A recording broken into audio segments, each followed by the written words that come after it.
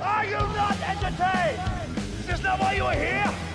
Ooh, lucky bastard. Are you being sarcastic or something, my son? Fool, you should never mix your drinks. What, are you retarded? We'll have to take this abuse much longer. You're a fool! You're a fool! You're a fool!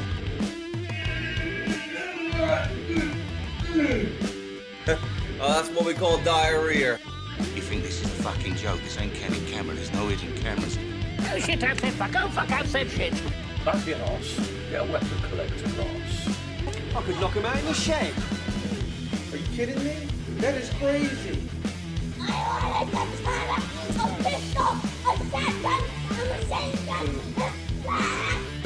Stop it, please. For God's sake, please stop it. There's no more time.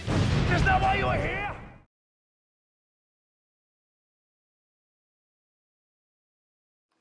Alright everyone, WeaponCollector here, welcome to the Spiroverse themed live stream. Right, so here it is, only a couple of months late. Was originally going to be something completely different, but now it's evolved into a full-on Spiroverse live stream. So, what to expect tonight? There's going to be a lot of content. You're going to see the Spyro Files episode. I think I'm going to put that on twice. Somewhere in the middle, somewhere at the end, because not everyone may be watching the whole stream, so I'll give people a chance to watch it a couple of times. And it'll also be live tomorrow as well. Before I go too far, actually saying that, if you don't really know what the Spiroverse is and all that, and you're re-watching this, not live, there's a documentary called Welcome to the Spiroverse that I made. There's a whole playlist of Spiroverse stuff, but if you go to that video, there'll be a link in the description. Just watch the first half an hour and it'll give you an idea of what the Spiroverse is. Because it's something that came up in a live stream as a sort of joke, and it's evolved into a real thing now that involves books. It's going to have a TV series, it's going to have a film, it's got a documentary, and in all of the other content, people are even spotting some of the Spiroverse stuff, you know, out there when they're out and about. So it is becoming quite a thing. So yeah, what to expect? Well, there's a lot of content, put it that way. You'll have a couple of book readings. I've made a lot of videos for this. Quite a lot of them quite short, but you know, it should give you a good laugh anyway. And I'll be in the chat as well, talking to you right now during the whole thing. So yeah, I'll be there as well. And I'm also going to be doing some Spirographs live. But before I do, I shall be installing my safety broomstick attachment. So let me put that in first. I'm not risking Crinkle Cut Cock. And also, well, safety broomsticks actually only protect you from getting sucked into the nether regions. To avoid Crinkle Cut Cock, you actually need a Crinkle Cut Cock blocker. So I'll just install that quickly.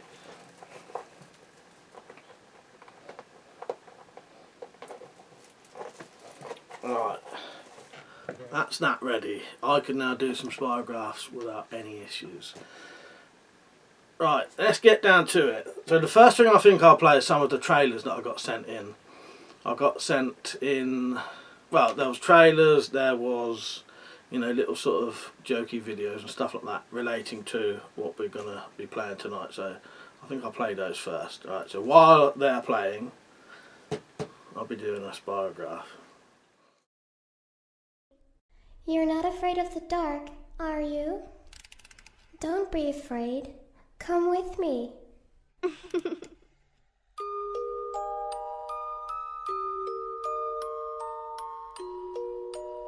Do you want to play hide and seek?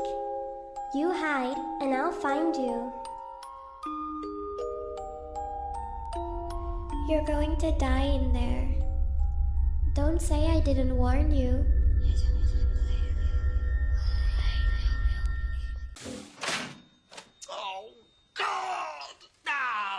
Come on, Richie, it's not that bad. Yes, it is.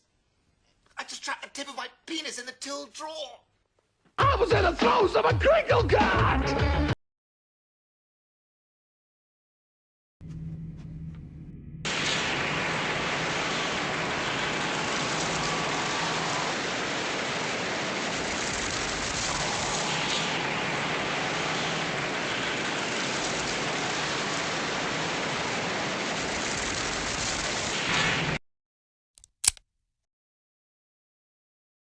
I can see it, it's just outside. This is the Morning Glory Spillway, or as it is often called, the Glory Hole. Don't say that. What? That? What? That? Glory Hole. Why not? Because it's ridiculous. All right. Are there any out there, though?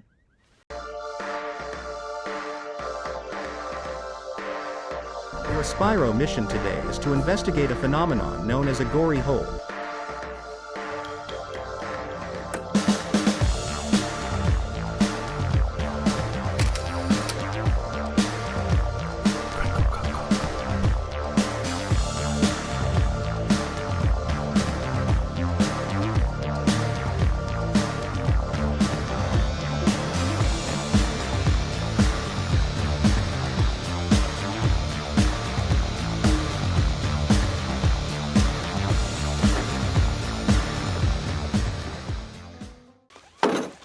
Okay, everyone just stay where they are. I'm going to check if the coast is clear. My boyfriend dumped me, and so I spent about like 6 hours at the Glory Hole. Is it clear? No. How many? Lots. Right, there's that one. So that was the trailers and that. I quite enjoyed those. They were good, they were. Yeah, thank you everyone who sent those in. And sorry if I missed any. I don't think I have, but that should have been all of the sort of trailers and all the little bits to the you know, the Spiroverse stuff that I got sent in for little videos as well. I have been sent in more content than that, but that's the little videos that we was going to use.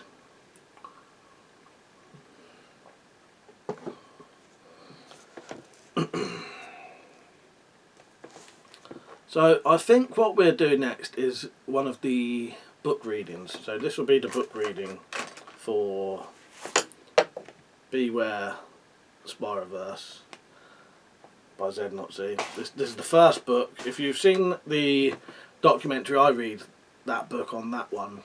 This time it will be read by Metallic Reality. DC had a few. While she was at the Preppers meet as well. At one point, I would just say a plane flies over, a very loud plane flies over. A couple of planes fly over actually because they're under a flight path, I think.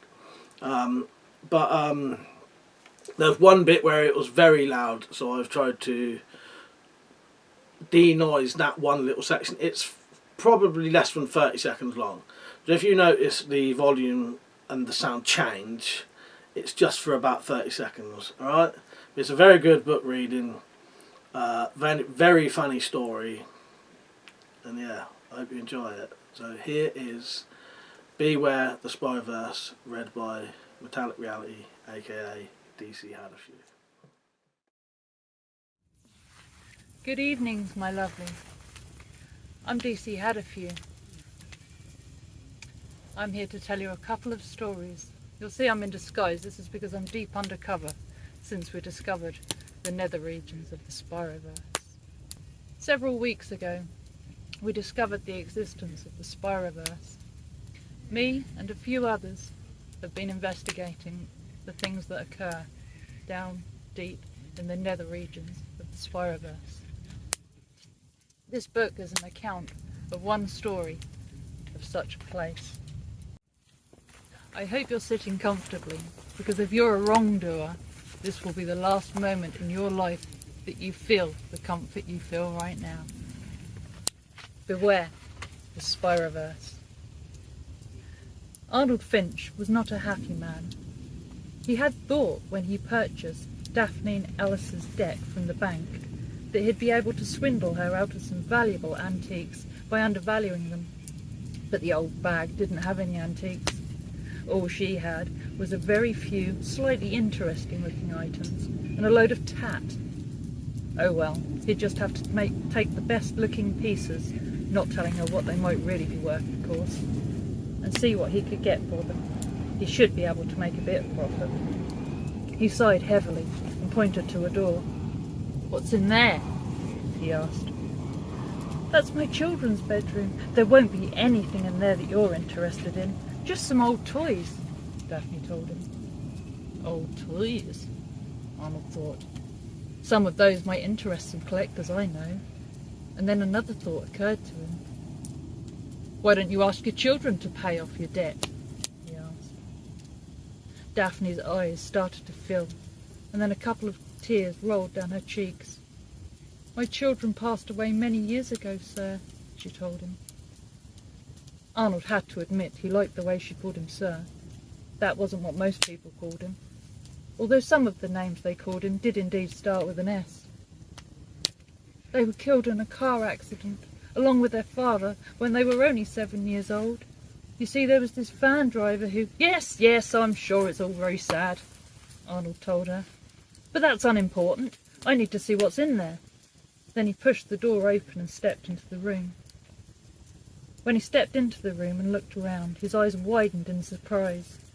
The room looked as if it was still in use, with the beds made up, ready to be used, the toys laying on the floor as if they'd only just had someone playing with them. And then he smiled. Some of those toys looked quite old. The toy cars might well be worth something, and those Action Man figures, well, they might make a few quid as well. But it was the teddy bears and the dolls that really interested him. Some of them were probably handed down from older family members and could be pretty valuable. And that old train set was probably worth a couple of hundred, if not more at least. Arnold quickly calmed himself down, took a deep breath and sighed. Well, let's see what we have here, he said, trying to sound disappointed. I suppose some of these might be worth a few pounds. Daphne looked at him with horror in her eyes. Oh no, sir, not my children's toys. Please, sir, not them. Arnold gave her a stern look. Mrs. Ellis, you owe £450. We have to get that debt down a bit, don't we? I explained to the bank why I got behind with my payments, Daphne told him in a quiet voice. It's not really my fault. The people who I did cleaning for moved away and I haven't been able to get a replacement for them yet. You're not dealing with the bank now, Mrs. Ellis, Arnold told her. They passed your debt on to me. He spread his hands and tried to look innocent. And I'm not a rich man. A complete lie. Arnold was really quite wealthy. And I have to eat just like everyone else. Daphne's expression made it quite clear that in her opinion he probably relied on the fresh blood of young virgin girls for his sustenance, but she said nothing. Arnold didn't like that look at all. It annoyed him, and he decided to make her pay for it. Well, now we have that sorted, let's just see what we have here, shall we? He said, doing his best not to let his annoyance show. He went round the room, picking up the toys and making little disappointed sounds. He put the train set, toy cars, the dolls and the teddy bears into a neat pile. I might be able to get perhaps £4 or £5 each for these, I suppose, he lied. I don't suppose you have the boxes for any of them, do you? I have the boxes for the cars, Daphne told him. My husband liked to keep them. He never said why, though. Some people just like to keep them for some reason, I don't know why. Arnold lied. Perhaps you could get them for me. It will help me transport them. Daphne left the room, saying, I'll see if I can find them. I think they're under the stairs. As soon as she left the room, Arnold grinned. He noticed that a couple of the bears were by Steve and looked pretty old. He had a feeling that the big white one might even pay off the debt on its own, and the train set and the toy cars would no doubt provide him with a handsome profit. He noticed some very collectible ones, including 1960s Batmobile, an original James Bond Aston Martin, along with a Chitty Chitty Bang Bang, and he had an idea that the John Steed Bentley and the Emma Peel Lotus were somewhat valuable as well, especially as they were complete and in good condition, and had the original boxes as well. Maybe there was something else with a bit of value, he thought. He'd better just check. Sweeping his eyes around the room, he noticed a pile of board games. Crossing over to them, he picked them up one by one. He'd just picked up a Spirograph box. Worth fuck all, he muttered. when Daphne walked back into the room. "I've put the boxes in the hall for you," she said sadly. And then she saw what he was holding. "No, no, not that one. That was my children's favourite. Oh no, please, no, no, don't take that one," she wailed. Arnold smiled inwardly. This was his chance for revenge for that look. "I'm sorry. I'm afraid I shall have to take this as well." For an instant it looked as if Daphne was going to attack it, and Arnold took a step back and raised his hands defensively. But then Daphne's shoulders slumped, and she said, "Then take it and leave, damn you." She stared hard at him for a second. "Remember this," she told him. "Evil comes to he who does evil." And then she turned and walked out of the room and headed towards the kitchen. Arnold had a vision of large cook knives and decided that he'd better collect his spoils and leave quite quickly. Tossing the spirograph onto the pile, he went to the van and took out some large cardboard boxes. These he took into the house and filled with the toys and the few other pieces that he'd decided to take. Then he loaded them onto the van. From inside the house he could hear Daphne sobbing her heart out. He was of course totally unmoved by her distress. "Serves the hideous old cow right for looking at me like that," was his only thought as he drove off. Arriving back at his own home, Arnold backed his van up to the garage, got out, unlocked and opened the garage door. Then he turned back to the van, opened its doors and started to pile the boxes onto the garage floor. It didn't take him long, and he closed the doors with a feeling of satisfaction. Quickly he locked the van up and turned to walk up the short path to his front door. That was when he noticed the spirograph box. It was lying a couple of inches from up the path. "That's strange," he thought. "I'm sure I put that in one of the boxes." He bent down and picked it up, intending to put it with the other stuff, and then thought, "I can't be asked to do it now. I'll do it in the morning." Once inside, he went to his sitting room and placed the box on his coffee table, "so I don't miss it in the morning," he thought. And then he went and made himself a cup of tea, which he took back into the sitting room. Then he lit a cigarette and settled himself comfortably on his sofa and congratulated himself on his haul. Once he'd finished his tea and his smoke, Arnold stood up. "I think I'll go down to the pub tonight to celebrate. There's bound to be someone in there who owes me money who'll buy me a few drinks. Just to stay on my good side." He grinned at the thought. "I'll just have something to eat first, and then have a shower. Got to keep up appearances after all." Arnold prided himself on always looking smart. He had a special going-out suit made in Savile Row that he'd swindled from a wealthy widow after her husband had died by claiming to be from a charity and asking her if she had any old clothes she'd like to donate. He'd intended selling the clothes, probably on eBay. But then he discovered the suit, as well as some of the very nice and expensive-looking shirts fitted him, and decided to keep them. He decided to have his favourite meal, an omelette. Omelettes were cheap to make and didn't use much electricity to cook. "I think I'll use 2 eggs tonight," he thought. "Just this once. It is a celebration after all. And I think I'll add a bit of ham to it. Oh, maybe a bit of cheese." Heading towards his kitchen, he suddenly stopped in his tracks. Perhaps I won't add the cheese," he muttered. No point in going overboard after all. So saying, he carried on to his kitchen.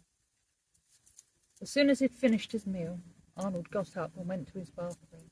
Turning the shower on, he quickly got undressed and stepped under the warm jets of water. Arnold always had warm showers. Hot showers cost too much money in his opinion, and you didn't get any cleaner. He was in the middle of his ablutions when he heard a noise coming from his sitting room. For a couple of seconds he couldn't work out what the sound was, and then he realised it was the sound of children laughing. "Some little bastard's gotten in here somewhere," he thought angrily. "I don't know how they do it, but I'll make them wish they hadn't." Turning off the water, Arnold stepped out of his shower and grabbed his dressing gown, tying it loosely in his haste he rushed towards the sitting room shouting, "Just you fucking wait till I get there, you little sod, I'll give you what for!" Bursting into the sitting room, he was surprised to see that there was no children to be seen. The sound of their laughter had stopped as well, but they had definitely been in here. He could see that the spirograph had not only been removed from its box, but they'd been playing with it. The bloody cheek of them, he thought.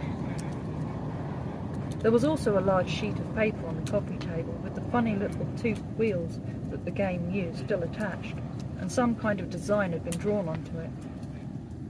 Arnold peered at it. It certainly wasn't an odd-looking thing. It was made up of many intersecting circles and curving lines, and there were many other strange, almost symbol-like swirls both inside and outside of it. Looking at it sent a shiver up Arnold's spine. It seemed almost unnatural, like something a mind not of this world had drawn. Then Arnold noticed that the lines in the centre had crossed each other so many times it looked like they'd gone through the paper and left a small hole. "I bet they marked the bloody table as well. Little shits," Arnold thought, growing even more angry. "I'd better have a look." Bending over the table, intending to lift the piece of paper so he could see what damage had been done, Arnold suddenly lurched down forwards as his still wet feet slipped on the wooden parquet flooring that he'd put down in most of his rooms. Well, carpets were cheaper, but they had to be cleaned with a vacuum cleaner, and those were expensive not only to buy, but they also cost a lot of money to run. The wooden floor could be kept clean with a soft broom and an occasional wipe down with a damp cloth. Besides, carpets could wear out, wood lasted a lot longer. Yelling in surprise, Arnold fell across the table, his dressing gown flapping open as he did so. Arnold gave a grunt of pain as his hips and groin impacted, somewhat painfully, with both the design and the wheels.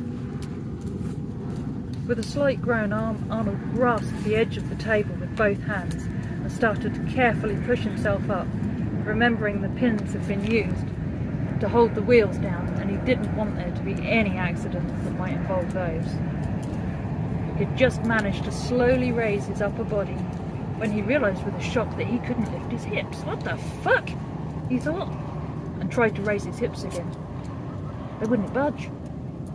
Then he noticed a feeling of suction pulling down on his groin, and it seemed to be getting stronger.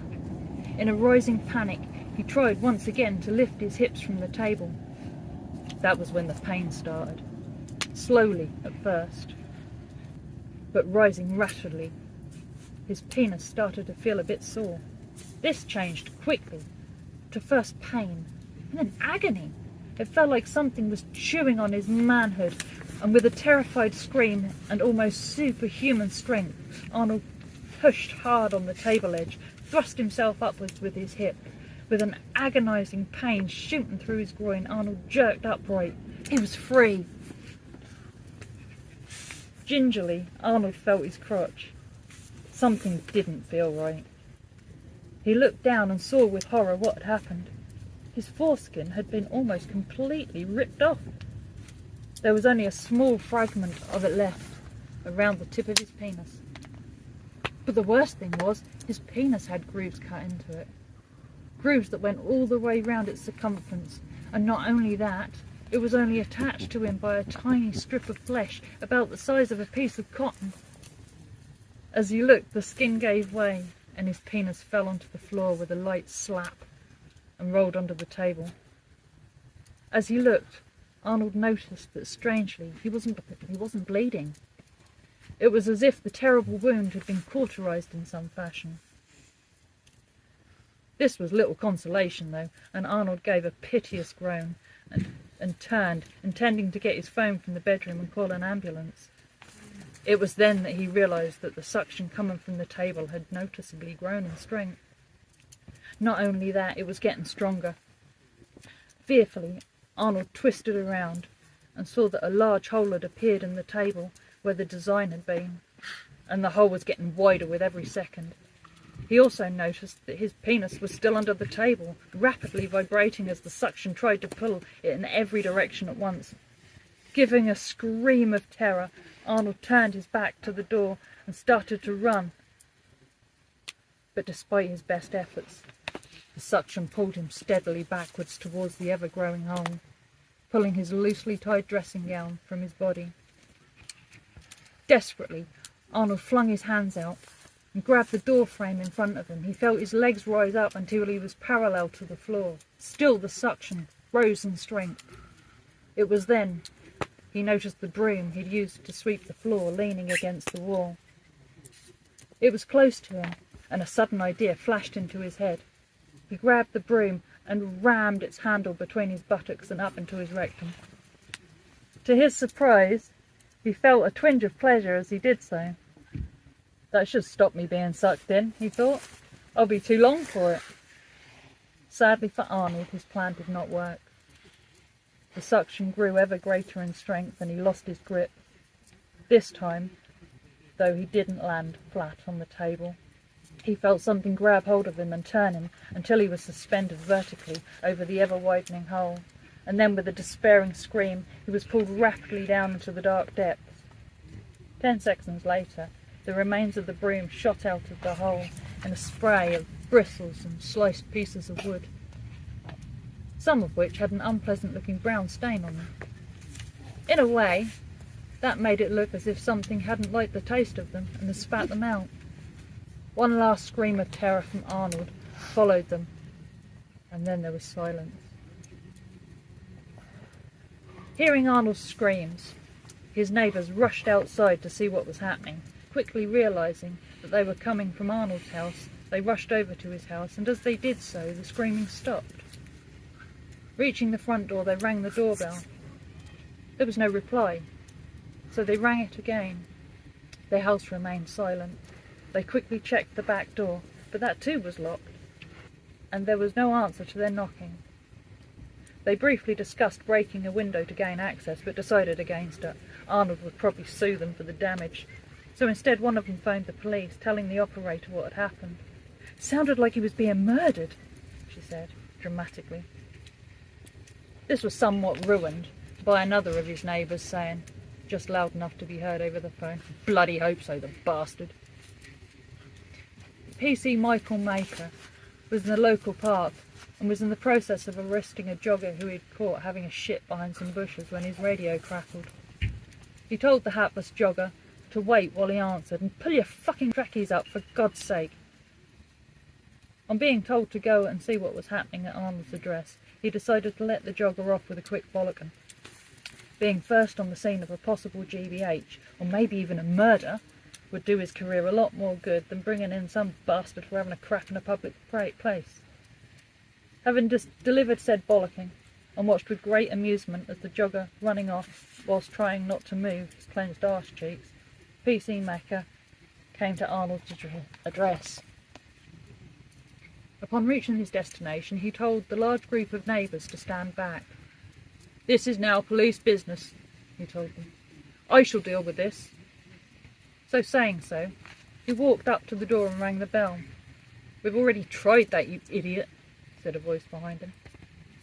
Swiftly he turned round to see who had made the disrespectful comment. But there was just innocent-looking faces looking back at him. "I suppose you've checked the back door as well?" he asked, somewhat grumpily, receiving the answer of course." He thought for a few seconds. "Well, then I'll have to break a window and get in that way. Can one of you fetch me a towel? I want to wrap my hand in it so as not to get it cut." A neighbour from the house next door obliged, and he wrapped it around his hand and forearm, and then drew his baton. It took a couple of hard swings to shatter the window, and then he used the baton to remove as many shards of glass from the frame as he could, and then he climbed through into Arnold's sitting room. After a quick glance around and seeing, to his disappointment, the room contained no body, he pulled on a pair of latex gloves and proceeded to quickly look around the rest of the house, still finding no sign of any crime being committed. He made his way back to the sitting room and then started to look round more closely. There were brush bristles and bits of wood lying all over the floor, which was strange, and the coffee table had a piece of paper lying on it. The piece of paper was blank, but it had a large hole in its centre that looked like the inner serrated edge had been exposed to something hot, being a dark brown colour. It's weird, he thought. The table doesn't look scorched at all. Maybe something underneath has caused the burning. I'll take a look. He lifted up one edge of the table and scrutinised it. The underneath was unmarked. Then he noticed something lying on the floor by his feet. Hello, he thought. Someone's a messy eater. Then he looked at the object more closely. His face went white and bile rose in his throat.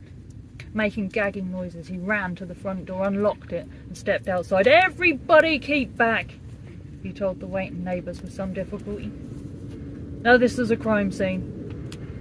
In the distance he could hear the sound of an approaching police car siren. That'll be Bert and Harry. They'll love putting on the blues and twos, he thought. Thank fuck for that, I can let them deal with this now. And then he threw up all over the garden path. Arnold woke up in almost total darkness. All he could see were small translucent slivers of something floating nearby. There seemed to be a lot of them. Ignoring them for a moment, he reached down experimentally, hoping that what he feared hadn't happened. With a sick feeling, he realised that his penis was indeed gone. Then he remembered the feet slipping on the parquet floor, and it occurred to him that perhaps he'd fallen over in his sitting room, hit his head. Maybe this was just a horrible dream whilst he was unconscious. Then again, did you dream when you were knocked down? He didn't know, but he thought it might be possible. And then his attention was captured by a flicker of movement. The translucent slivers were moving towards him, and there was a lot of them, a hell of a lot. Hundreds, in fact. What were they? And why were they moving towards him?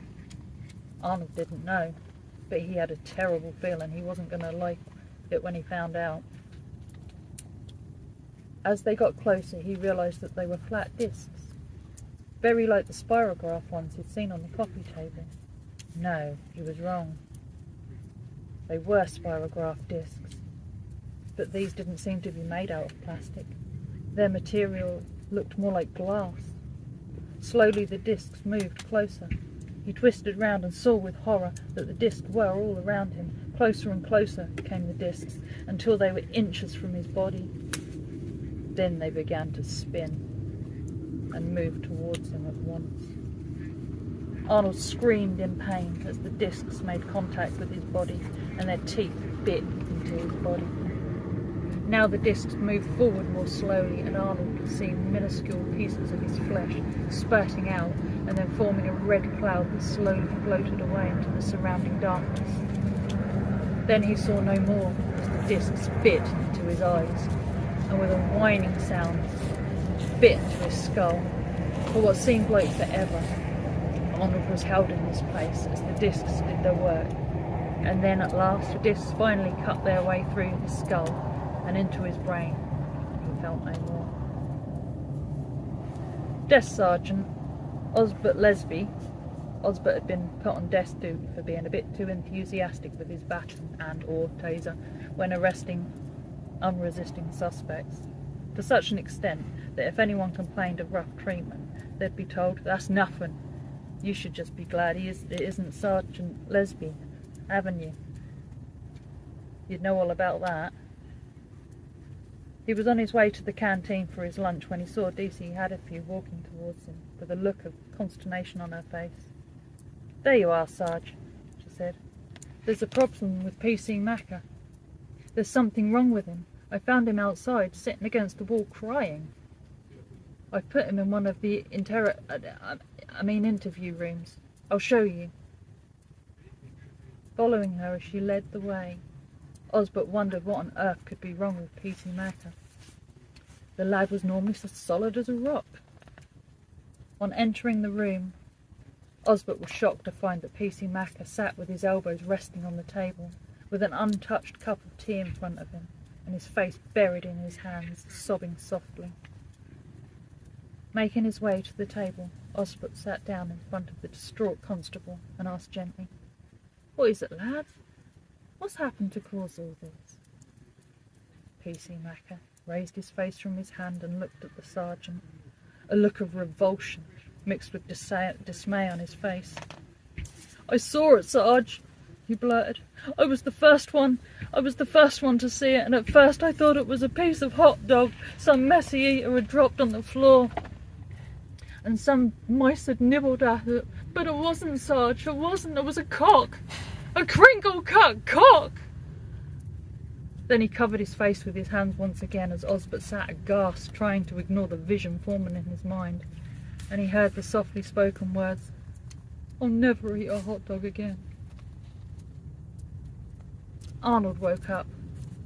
He had no idea how many times he'd gone through this agony of having his body slowly being diced apart by these small, whirling teeth. But it must have been at least a dozen.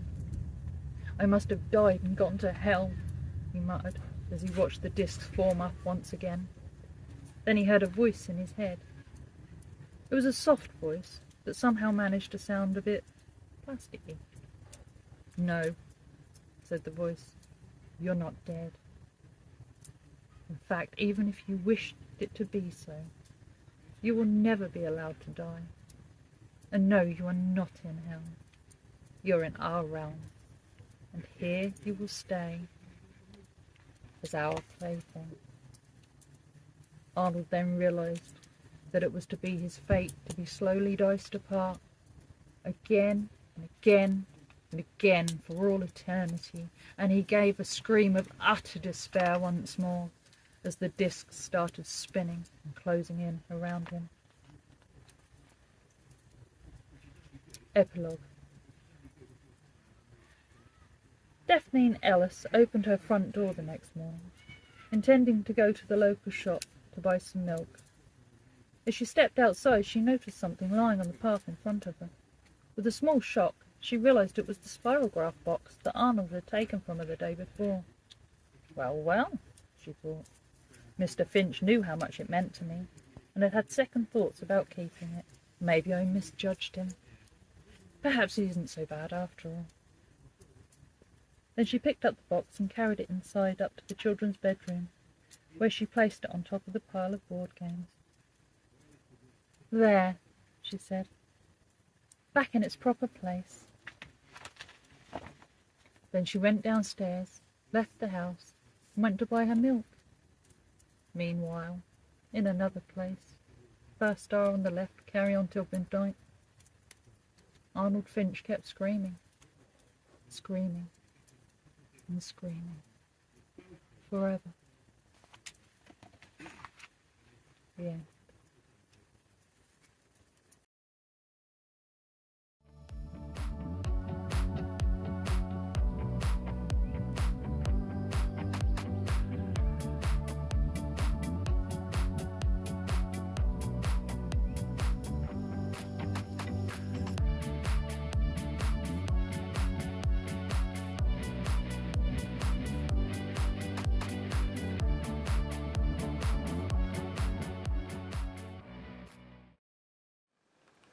Thank you, Metallic. That was an excellent book reading. Really enjoyed that.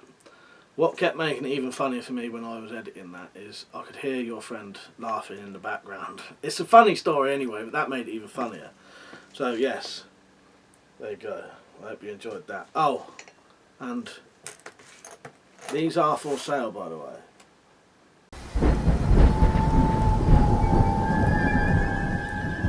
You know me.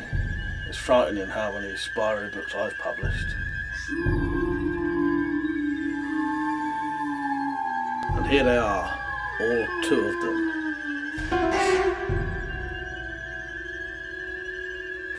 Get them now from all good Amazon stores.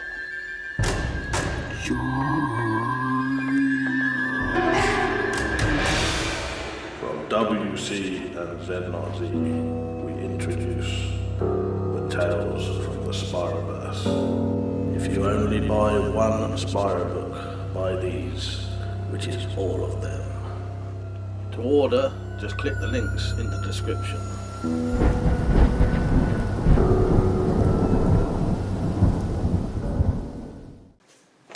As you just saw, available at all good Amazon stores. The links are in the description actually, and also if you're not from the UK and you think, oh, I want them books but all the links are UK, I can literally change those links into anything. So, you know, any country, I could change that into your country. So yeah, there you go.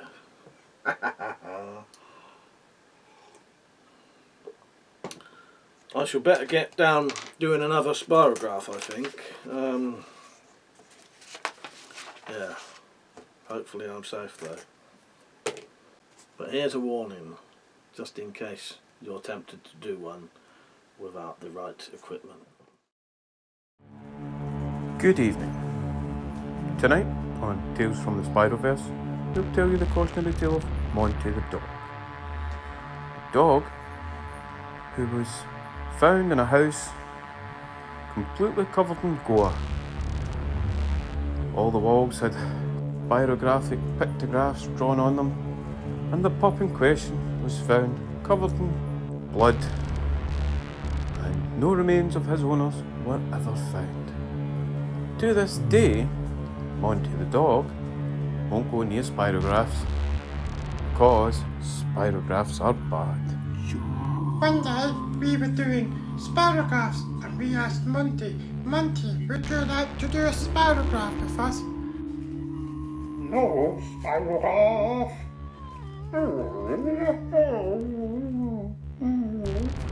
Monty said you can fuck right off with your spirograph bullshit. No, spirograph. Fuck off, demon. Or is it a Desmond? I'd like to tell you the kids kept up the good game that Monty did a spirograph, but life in the Spiroverse isn't a fairy tale. No spirographs. No spirograph. Oh, Crinkle Cut Cuisine bad, but it's not as bad as being eaten. There you go. You have been warned. I would do what Monty says. Poor little dog. He did not like Zombie, as you can see. So, there's the next one I've done. Not very good, but all's been safe so far. I've not felt any sort of tremors or anything weird going on. Yeah, as you know, you have to do the exact right or wrong combination to actually get something to happen. And in a way, I don't want anything to happen. Who does? Yes, exactly. Right, I think it's about time to put the very first episode of the Spyro Files on. So this is going to become a series. I don't know how I'm going to do it or when I'm going to do it, if that makes sense. It probably won't be a monthly thing, because if it's a monthly thing, I'm never going to stop doing this, you know, because it takes about a month to make the videos half the time, even if they're 10 minutes long. But it will definitely be a series. It will definitely keep coming. I might leave it every 3 or 4 months to do a new one. Whether it will be just individual episodes or part of a live stream, again, I don't know. But I put a lot of work into this. I'm quite happy with it. It certainly makes me laugh anyway. Yeah, that's as much of an introduction as you need. But I think you lot should enjoy this. So here is the very first episode of the Spyro Files. Alright, I hope you enjoy it.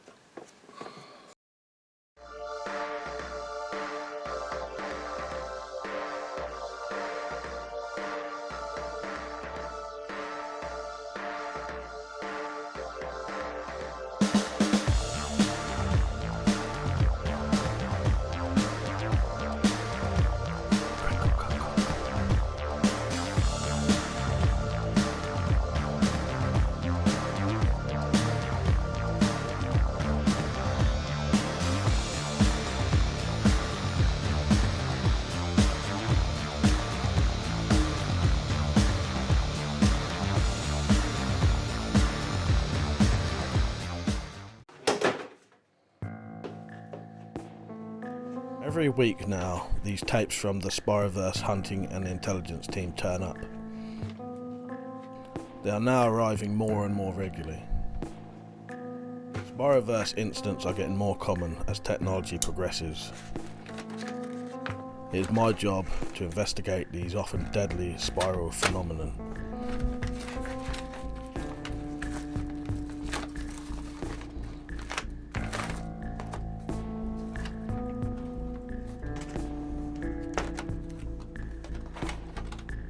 Whoever had the idea of putting my briefings on VHS tapes is an absolute genius. Media that no one can view nowadays.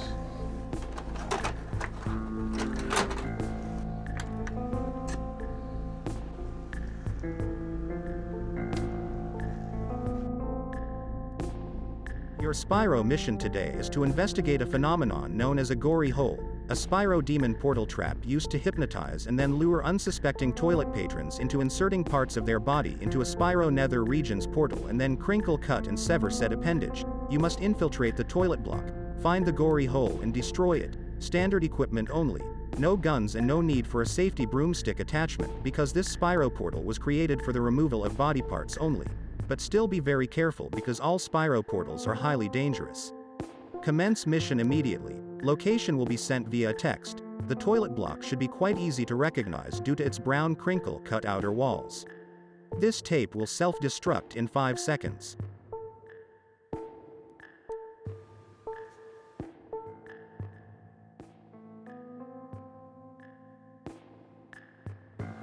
Better get my hair cut and a shave before I go out as well, I reckon. Right, what am I gonna need? Gloves, phone.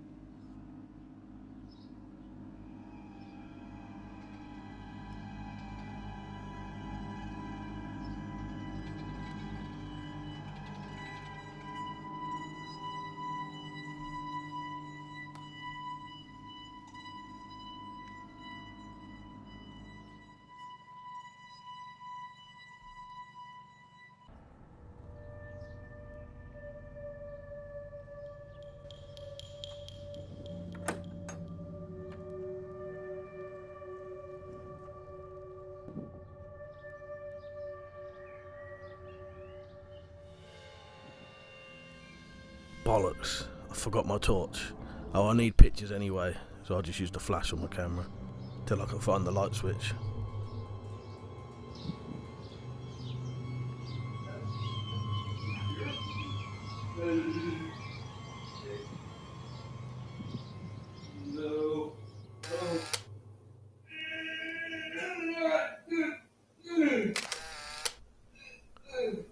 Is there someone in here?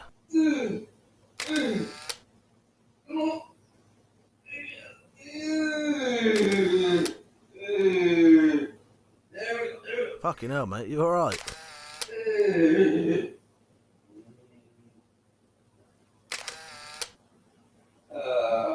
At least give me a courtesy flush. No.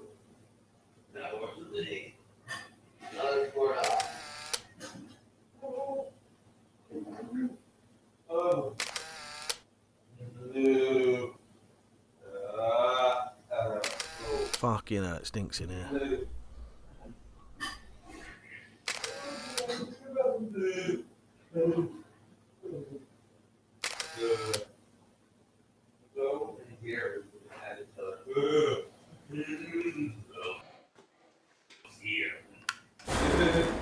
Oh, that's what we call diarrhea. That's the funnest place to be. I had found the gory hole.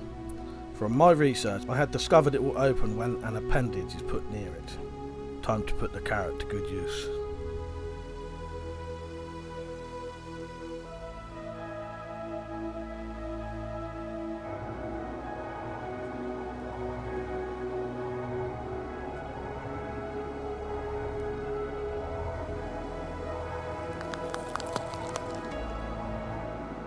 Holy shit, it worked. Fucking hell. What the fuck is going on? I think it's trying to hypnotise me.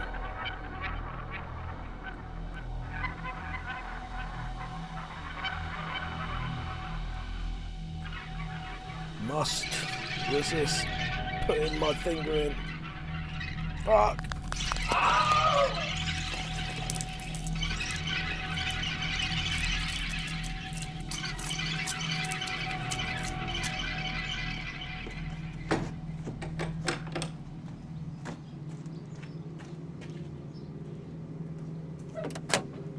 Where's that petrol? I should have just done this in the first place.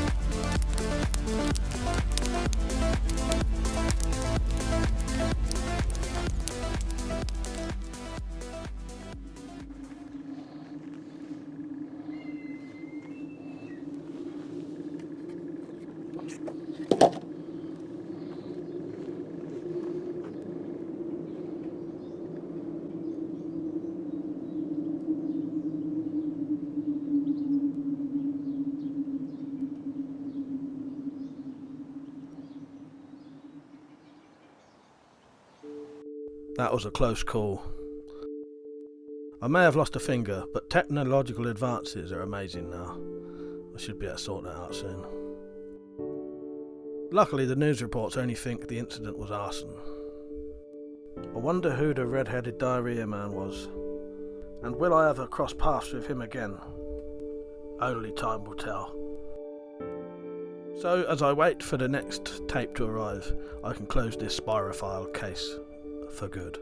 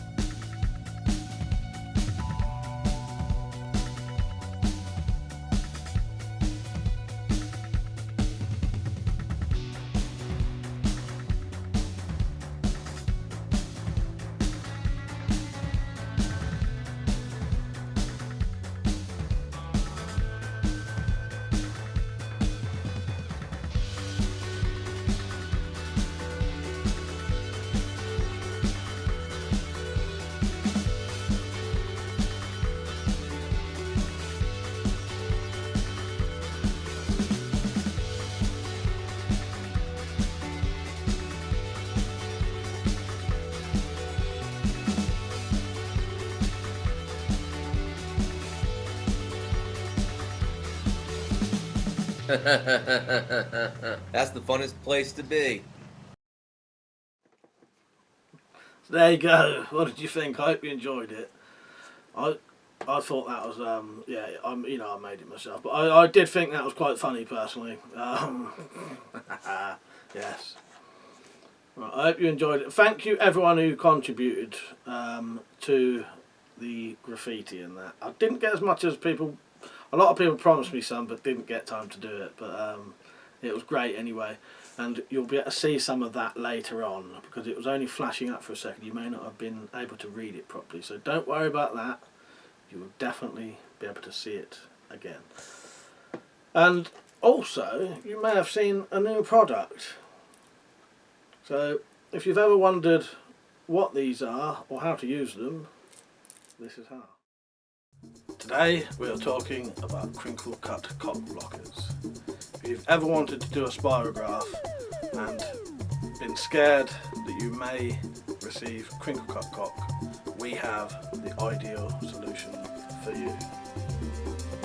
So whether you're hung like an acorn or like a donkey, or have a penis the shape of a pencil, we can help you out. You will be fully protected from any Spiroverse demons trying to give you Crinkle Cut Cock. We have extra small Crinkle Cut Cock blockers. Doesn't matter how big you are, those demons will always want to take your foreskin or the rest. Moving on to the small size, everybody can be covered. This is the pencil prick size for those with the extra thin shaft. Openings both end so that you can actually go to the toilets while wearing it. The next model is for the man who has a penis the shape of a cigar. Open at both ends again so that you can piss at your leisure and never ever be fearful ever again. This is what I call the normal size, could be large for some people. Open at both ends again. Perfect. And the final version we have today is the donkey dick sized one. Offers full 100% protection from any Spyro demons trying to take your foreskin or worse. Prices range from £50 to £500 depending on what size you buy. Absolutely no returns are accepted. These are, however, 100% guaranteed to stop Crinkle Cut Cock or worse. Get yours now. Don't worry about the cost, you can always pay in instalments.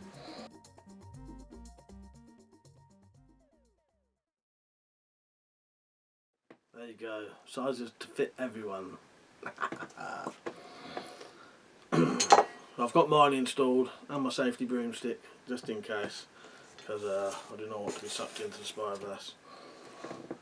Right, I better get doing another one, I reckon. So while I'm doing that, I think I should tell you some cautionary tales of what's happened to some other people, because you may not be fully aware that, you know, the stuff that goes on in this live stream is not the only Spiroverse related things out there. There have been other people. So there you go. Here's a couple of stories from people you might know.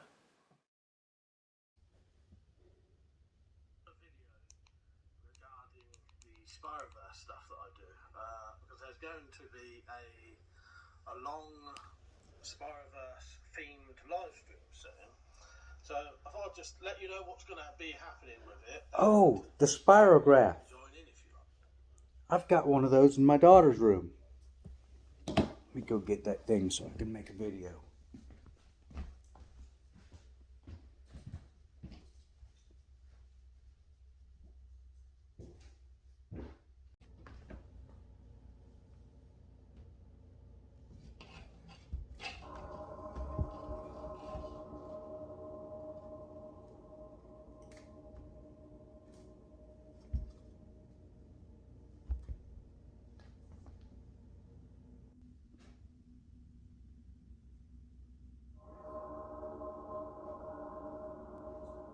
It's gone. It was right on that shelf. It's gone.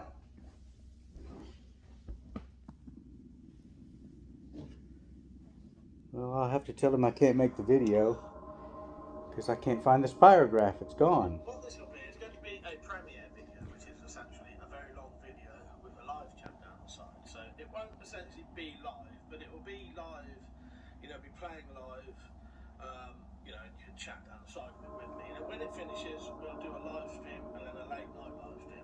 This will be on the 16th of July. So,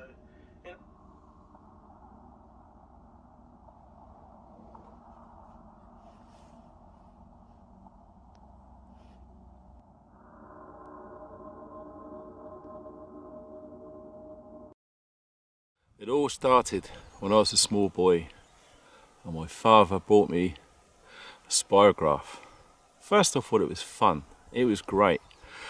Then the more I used it, the more creepy things become. Very, very strange things started to happen, and it's hard to say because it genuinely is quite scary, okay? So I'm just hoping that people understand this, how serious this can be. On one particular occasion, I was alone in my room. I think I was about 8 or 9 years old.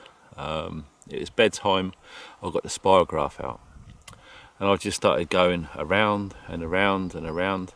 And the more intricate and the more I focused on the center of the spiral, all of a sudden I vanished inside. It was unbelievable. It was almost like a portal, if that makes sense. So as I feel myself getting pulled in, and it's given me nightmares from that day to this. And luckily for me, I was able to grab hold of the edge. And as I look down inside, there's things that I wouldn't want anyone to see in their life. Absolutely horrific. I managed to pull myself out, but I got a glimpse of what is inside the Spiroverse. And let me tell you, don't play games. Because of that, I live on my own, out in the wilderness, and it's the only way I can escape from what I saw. It still haunts me from time to time. But let me tell you this, do not muck around with it, it's deadly serious. The Spiroverse is real, and you really need to stay away from it. There you go. Who knew Funky had had an experience as well? I hope he can recover from that, because I must admit it still seems like it's affecting him slightly. But yeah, at least he's spreading the word, and hopefully he can recover. And Dave as well, Electro, bloody hell. I heard he ate that banana as well, which yeah.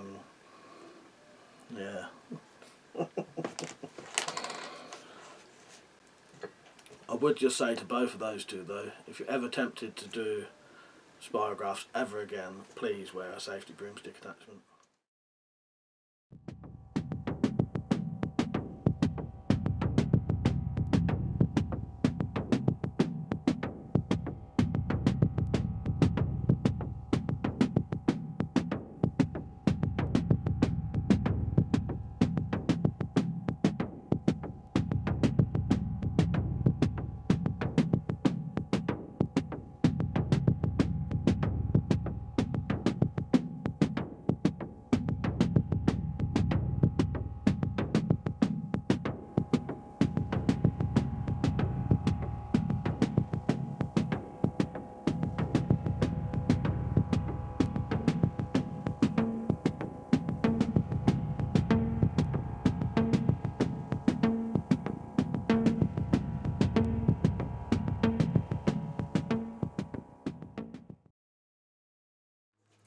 There's another one there, don't think much of that one. So, we've been on for quite a while now. I think we're going to have to talk about what happened to Samurai Bird. Some of you lot may not be aware of this, but I've done a reconstruction of the attack that happened to Samurai. You'll see that next. I won't go into too much detail, but you'll see it all basically at the reconstruction.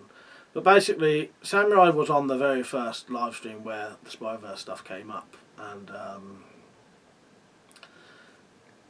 he spoke about doing a spirograph and playing Slayer backwards to test it and see what happened. And something definitely did happen. He was very lucky though, because I think he was interrupted before he finished it. But something still happened. So what I'm going to show you now is a little bit of footage of Samurai before the attack, what led up to the attack, the actual attack because it was filmed on a phone, and how he is now. Right, here is the cautionary tale and redemption of Samurai Bird. Alright, hey, how's it going? They're my bird. I'm going to use my Ryan sword that I worked on last night.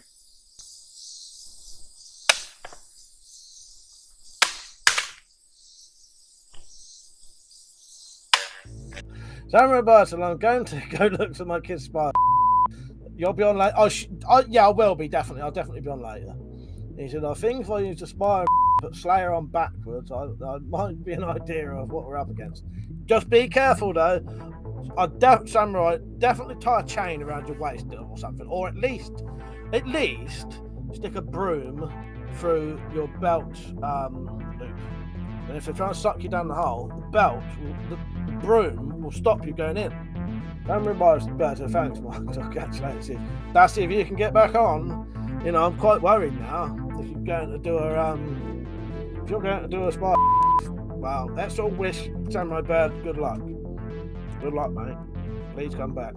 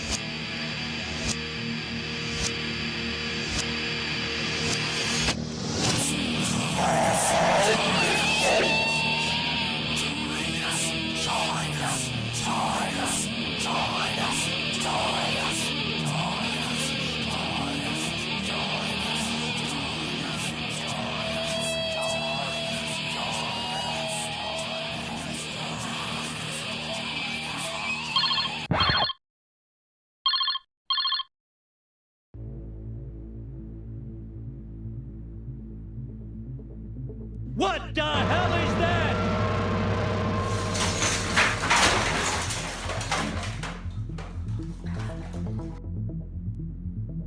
And it's gone.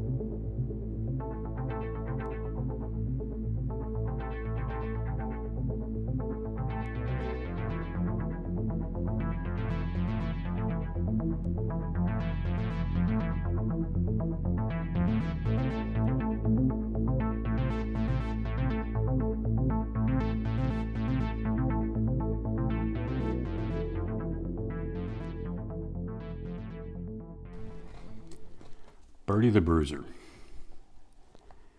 Bertrams, aka Bertie the Bruiser, stood back and snorted in annoyance. He'd waited until the old man's family had left the house to go home, and it should have all been too easy, but the old fool actually tried to put up a fight. Bertie had assumed he'd have been so terrified that if he'd just given in, mind you, Bertie admitted to himself, if he'd actually bought the stockings he meant to get instead of getting the pair of tights he'd actually picked up instead, things would most likely have been different. A stocking mask looked threatening. Tights, not so much. It was probably the extra leg hanging down over his shoulder that was responsible for that. It certainly hadn't frightened the old man anyway. He had just laughed and gone for him with one of those extended walking sticks, which had hurt him when he lashed out and caught Bertie a good one on the top of the head. Well, thought Bertie, he won't be doing anything like that for a while. Bertie looked down at the unconscious old man and gave him another kick for good measure. Then he quickly looked around the room, searching for anything that might be valuable. He knew he wouldn't have time for a decent search, as the neighbors would have called the police by now. It would have taken them a little time to arrive, though, as the nearest police station was 10 miles away, in a large town with lots of bars and clubs. The local one had been closed down in the late 80s. They'd been dealing with fights and young lads and their hot rods tearing around streets, so he had at least a good 15 minutes to have a look around. Bertie had already removed his victim's watch and wedding ring, but decided to deserve more because he had put up a bit more effort than he expected. As his eyes darted about the room, he spotted the child's toy on the dining table. It was one of those things that used plastic cogs to create patterns. Bertie couldn't remember what they were called. The old man must have been playing with it with his grandkids. He ignored it as being worthless. Then his eyes lighted on object beside it. It was the old man's wallet. Walking over to the table, Bertie picked up the wallet and opened it. It contained $50 and a debit card. Bertie put it in his pocket, and he turned around. There was a dresser in the corner, and he quickly crossed over it to begin opening the drawers. So engrossed was he in this activity, he didn't hear the faint clicking sounds coming from the table.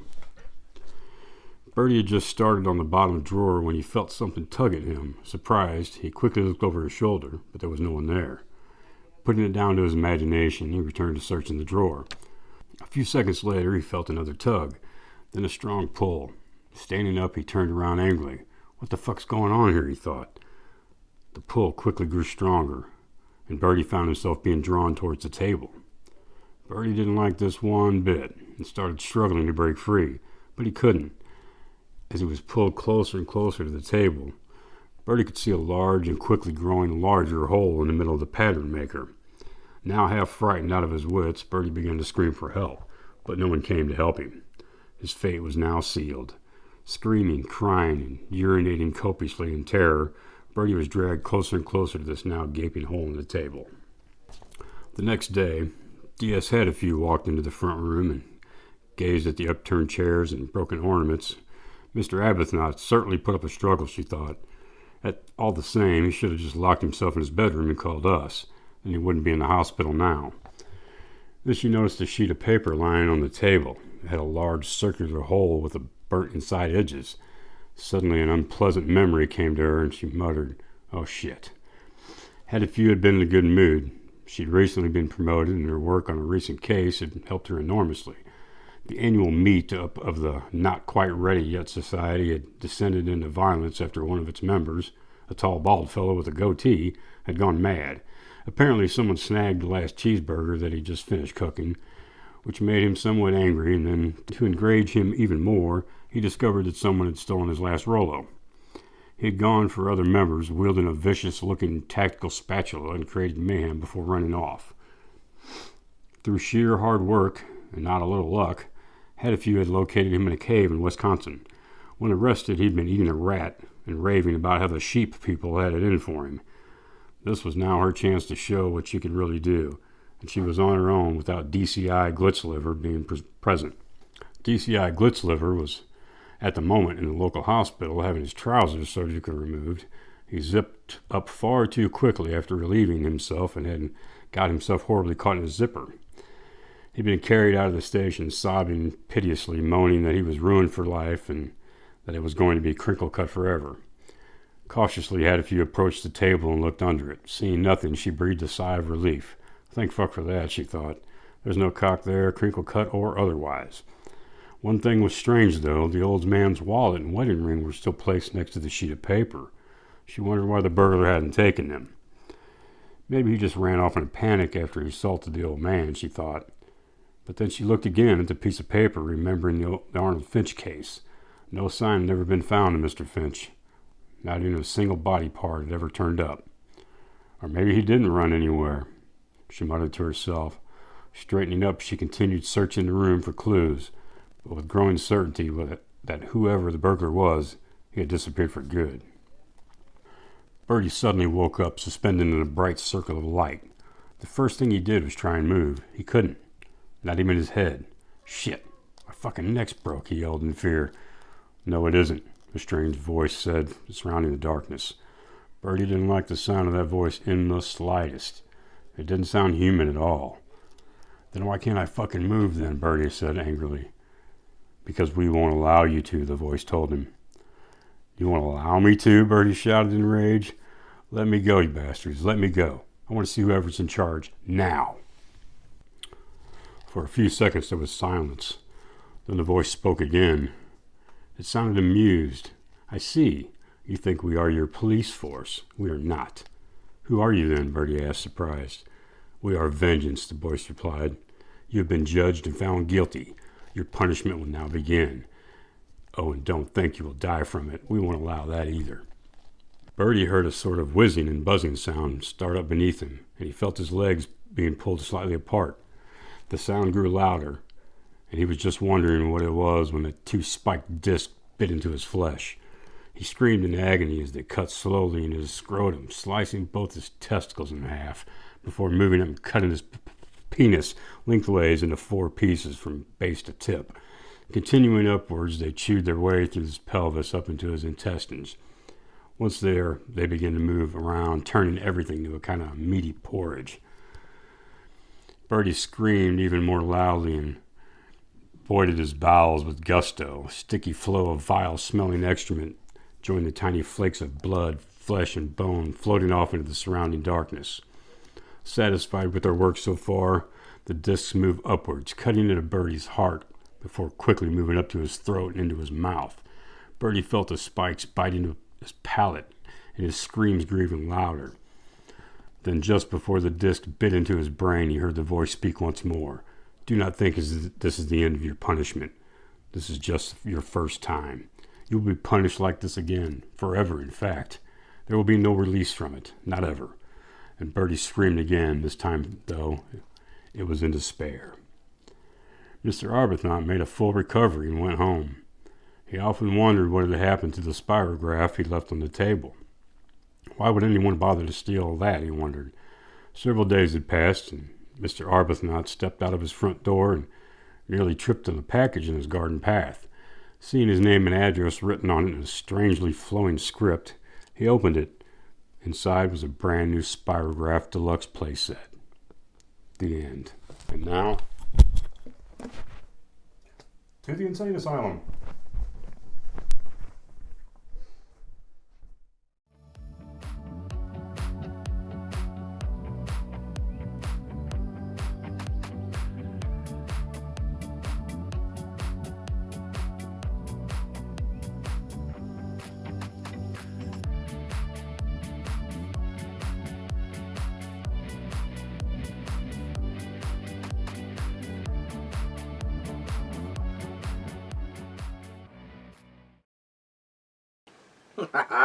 Thank you for that, Samurai. That was bloody excellent, that book reading. I love that.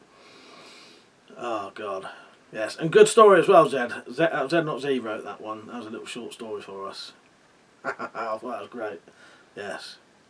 Thank you both of you. It's good to see you doing well, Samurai. Because I know that, you know, well, as you saw in the pictures, those pictures were the actual real injuries he sustained. So yeah, it's nice to see you recovering well, mate.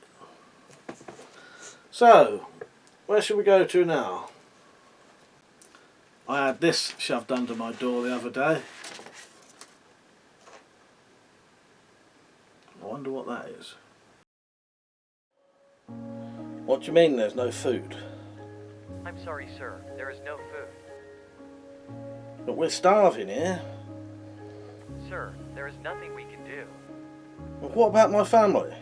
Have you considered cooking something yourself? No, that's not an option. Son of a bitch.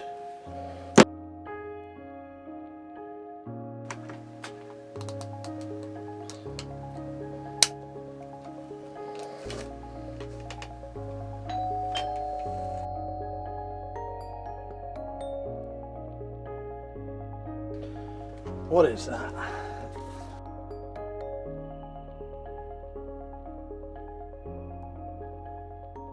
Join us for some Crinkle Cut Cuisine. Free home delivery. 10% discount for all Crinkle Cut Cock victims. Opening hours, any time a spirograph is used.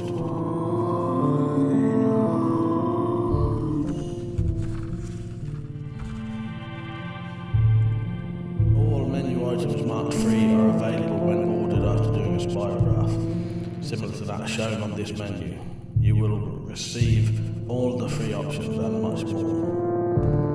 Call 45412 Spyro Demons Are Us.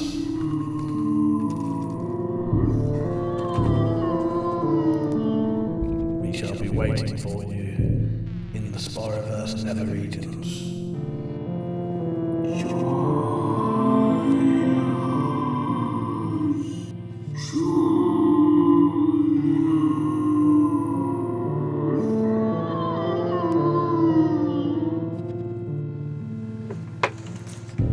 Thank you, Crinkle Cut Cuisine. I fancy some of the stuff on there, to be honest. Lots of freebies. Oh god. You'll see that in full screen a bit later. Crinkle Cut Cuisine, free home delivery, 10% discount for all CCC victims. Opening hours anytime a spirograph is used, so it's ready now. I don't think I want anything off that menu, yeah, especially the free stuff. So I think I ought to do a couple more spirographs. And while that is going on, let's go over to CCC Spotter's Corner.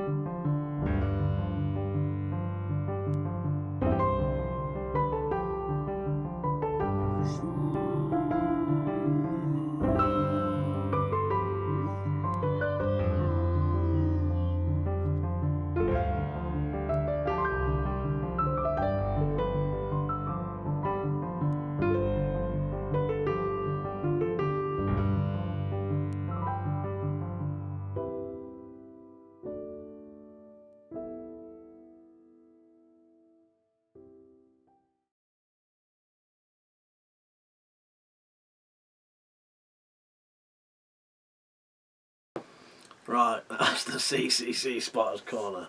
I love those pictures. The ones with the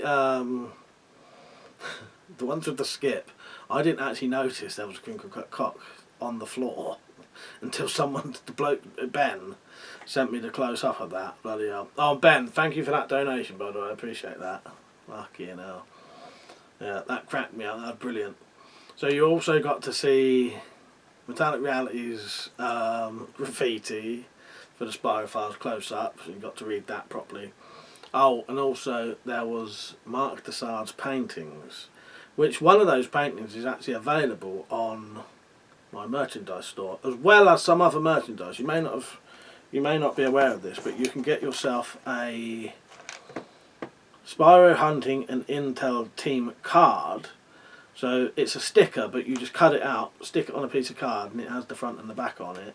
There's some shit branded t-shirts, so you can become part of the shit team, and a basic Crinkle Cut Cock t-shirt. But yeah, it's on there now. Right, so let's get down to my book reading now. So this will be the first time you would have heard 2 Stamps Beyond. Don't forget, it's available to buy. The links are in the description, I can change them for you. So yeah, first book reading of this. It will be read again by Metallic Reality in a different stream. But this time it's going to be me reading this one. This will be about a half an hour reading.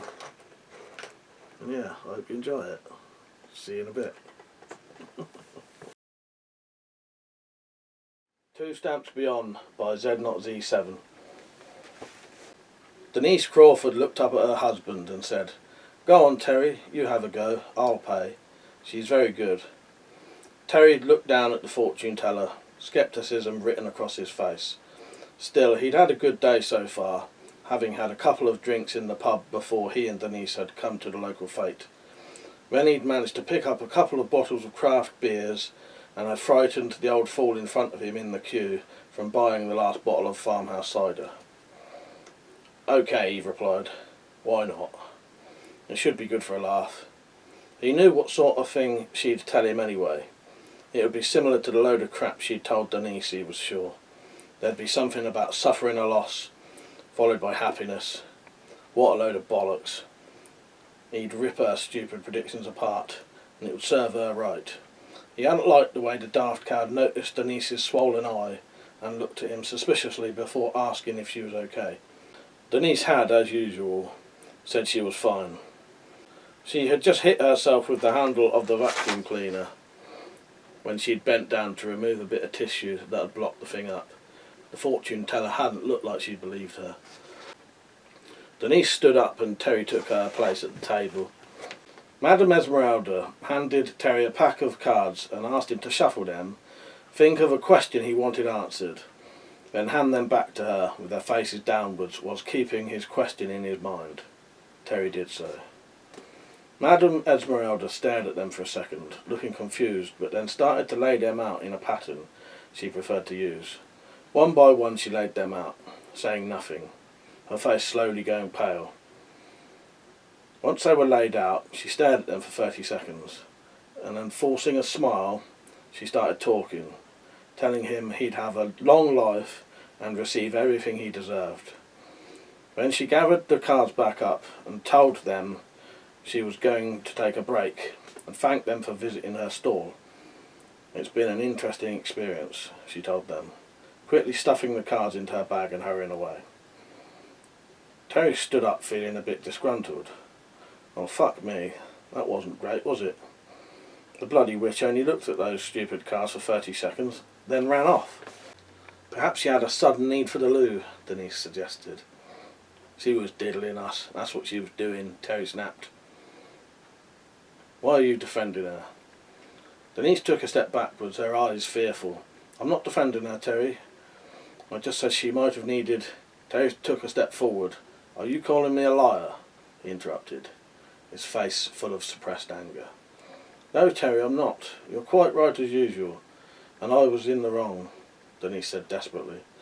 "I shouldn't have said what I did. I'm really sorry, really, really sorry." "Well then," Terry said mollified, "we'll let this go this time. But don't you go making me angry again. You know what happens when I get angry." Denise nodded. "Yes, Terry, I know," she said quietly. "I have to be punished when I do something wrong and upset you." "Good. Just make sure you remember that," Terry told her sternly. "Now let's get home. I want my tea." Denise looked fondly at him and said, "Of course, sweetheart. By the way, what was the question you wanted answering? If you don't mind me asking, that is." Terry shrugged. "Oh, that. I just wanted to know how long I'd live." As they walked away, Madame Esmeralda was swallowing brandy from her small flask like there was no tomorrow. It wasn't until the flask was half empty that she felt steady enough to look at the cards again. Taking them from her bag, she closely looked at them. They'd gone back to normal, thank goodness. The small discs with teeth around them that had shown through both the pictures and the pattern on the back had disappeared. She gave them a quick shuffle just in case, but they remained normal. She shook her head and sighed. "Maybe I imagined it," she muttered. Then she shook her head and shuddered. "No, I didn't imagine it. I saw what I saw, and I wish I hadn't." Then she took a deep breath, took a pack of extra strong mints from her handbag, popped one in her mouth to hide the smell of brandy, and slowly walked back to her stall. Harry Ellis opened the front door and stepped inside. giving his usual call of, "I'm home," and headed into the kitchen. His wife Jenny looked up from a magazine and smiled. "Hello, love, do you want a cup of tea?" Harry smiled back at her. "Yes, please," he said. "That would be lovely." He laid a carrier bag he was carrying on the kitchen table and sat down on one of the chairs. "How's your day been today? Work was okay, was it?" he asked. "It was fine, just the same old thing, you know," Jenny replied, her back to him as she put a tea bag into a cup and switched on the kettle. "I picked the kids up, they're in the front room watching telly. And how was your day?" Harry grinned. "The same. Nothing much changes, does it?" Jenny laughed. "No, it doesn't, does it? Same thing every day, just us getting older." Harry laughed. "Now there's a cheerful thought." Jenny gave him a wry grin. "It was true though, isn't it?" Then she noticed a carrier bag. "What have you got in there?" "Ah, I nearly forgot," Harry told her. "I saw this in the charity shop as I was walking to the bus stop. It was only a couple of quid, and I thought the kids might like it." He paused. "Funny thing is, I don't usually look in that shop window, but as soon as I saw it, I had a feeling that I should buy it." His brow creased in thought. Strange, when you think about it. Still, as I said, it only cost a couple of quid. He opened the bag and pulled out a large flat box. Jenny looked at it and laughed.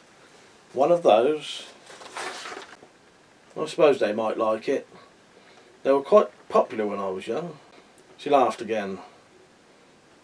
"But I'd wait until they've stopped watching that programme with the penguin in it. You know how they enjoy that." "Yes, they certainly do. They even like the one with the monsters they found on YouTube."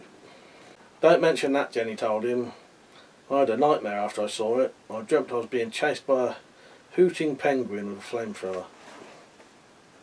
"I remember," Harry said with a laugh. "You woke me up trying to run in your sleep." He looked at the box. "Funny thing is, I had one of those when I was 7. I only played with it for one day. I drew a pattern that really gave me the creeps. It looked so strange. That night I had a nightmare that one of my friends was chasing me down the street with a meat cleaver and chopping bits off me."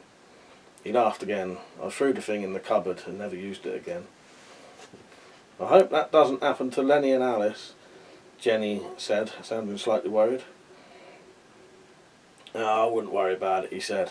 "If that penguin didn't scare them, then this thing isn't likely to." Jenny gave a little shiver. "Good point," she replied. As he and Denise neared the car park, Terry was still feeling irritated about how the experience at Madame Esmeralda's stall had gone. He looked around to see if there was someone he could scare to cheer himself up. There wasn't many stalls at this end of the fete, and he was thinking he was out of luck. But then his eyes fell on a stall that had a sign on the end of a long pole, and what looked like a piece of bedsheet nailed to a cross piece in the imitation of a sail. Written on the sheet were the words, "The Strategic Buccaneer." On the table were 2 piles of blister packs, one containing a child's pirate set containing a plastic pirate hat, an eye patch and a plastic cutlass, and an unrealistic flintlock pistol that shot rubber-tipped darts. And between the piles were several boxes containing toy pirate ships. The man standing behind the table was quite old, overweight, and was wearing a pirate costume and not very realistic white wig. "He'll do," Terry said to himself. Terry grabbed Denise's arm to bring her to a halt. "Look at that fat old fucker over there," he said loudly enough for the vendor to hear. "Fuck me, that wig he's wearing looks like an old floor mop." The man behind the table said nothing. He just bent down and rummaged around in a large sports bag by his feet. When he straightened up, he had a large metal-headed mallet in his hand. He gently tapped the mallet in his other hand. "Say that again," he said in a menacing tone. "Cunt." This was not at all what Terry was expecting. His face paled, and he felt a shiver of fear run down his spine. The old bastard looked more than ready to use the mallet, and Terry had a sudden and very unpleasant vision of the damage that thing would do to him. So he was actually glad when Denise grabbed his arm and said, "Leave it, Terry, please. He's an old man, he's not worth the trouble." Terry let out a slow breath and, trying not to let his fear make his voice quaver, replied, Yeah, you're right. Fuck me, I'd probably kill him if I hit him anyway. The old bastard isn't worth it. As he let Denise pull him towards the car park, he went for a last bit of bravado. But he'd better watch it. Next time I won't let him off. Fuck me if I will. Lenny and Alice were in the back garden, sitting on benches behind the large garden table. A large piece of white paper was laid out, and their new toy was set upon the top of it. Lenny was looking at the pattern they'd been taking it in turns to add, with a frown on his face. The more he looked at it, the less he liked it. It seemed threatening somehow. Where the red and blue lines had crossed each other, they'd made an unpleasant, very dark purple colour, and the pattern itself looked wrong. He couldn't say why it looked wrong exactly, but it did. Indoors, Harry and Jenny were trying to decide what to have for an evening meal when they heard a car draw up next door. "That'll be Terry and Denise," Jenny said shortly. "I hope Terry doesn't kick off again tonight. Did you see Denise's eye yesterday?" "Yes, I did," Harry replied, with a somewhat savage look on his face. "If I hear anything again tonight, I'm going to go round there and sort him out." Jenny reached out and grabbed his wrist. "Harry, don't. You don't know what he'll do." Harry gave a short laugh. Terry's a vicious wanker, but only with people who are smaller and weaker than him. I'm neither. In the back garden, then he gave a start of surprise. He was sure the little discs had twitched, but they couldn't move on their own, could they? Inside the kitchen, Jenny was telling Harry off. "Don't use words like wanker. The kids might hear you. If you hit Terry, he'll accuse you of assault and call the police." Harry sighed. "Yeah, I suppose you're right," Harry admitted. "It might be worth it, though." And then he brightened up. "Tell you what, why don't we get a takeaway? It'll make a change, and the kids do love a takeaway." Jenny smiled. "And so do you," she thought. "Okay," she said. "Go and call them in, and we'll go now." Then he was still staring at the pattern when he heard his father call him from the open French windows that they were going to get a takeaway. Immediately forgetting about both the pattern and the discs, the children gave a shriek of delight and quickly ran inside to the house, leaving behind them laid a now unattended toy. Several minutes passed. Then there was the sound of the family car moving down the road, and out in the back garden the discs started to move. Denise was feeling worried.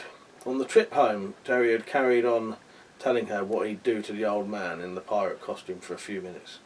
Then he lapsed into a brooding silence. Once they'd arrived at the home, he'd headed straight for a full whisky bottle on the sideboard. By now he must have had quite a few drinks, and a drunk Terry was a lot more dangerous than a sober Terry. Still, she'd made him his favourite tea, and that would cheer him up. Putting on her best smile, she carried the 2 full plates into the lounge and placed them on the dining table set to one side of the room. "There you go, sweetheart, I've made you your favourite, double egg and chips," she said, as cheerful as she could. Then she looked at the table and said, "Oh, look at that, silly me, I've forgotten the tomato sauce. I'll just go and get it."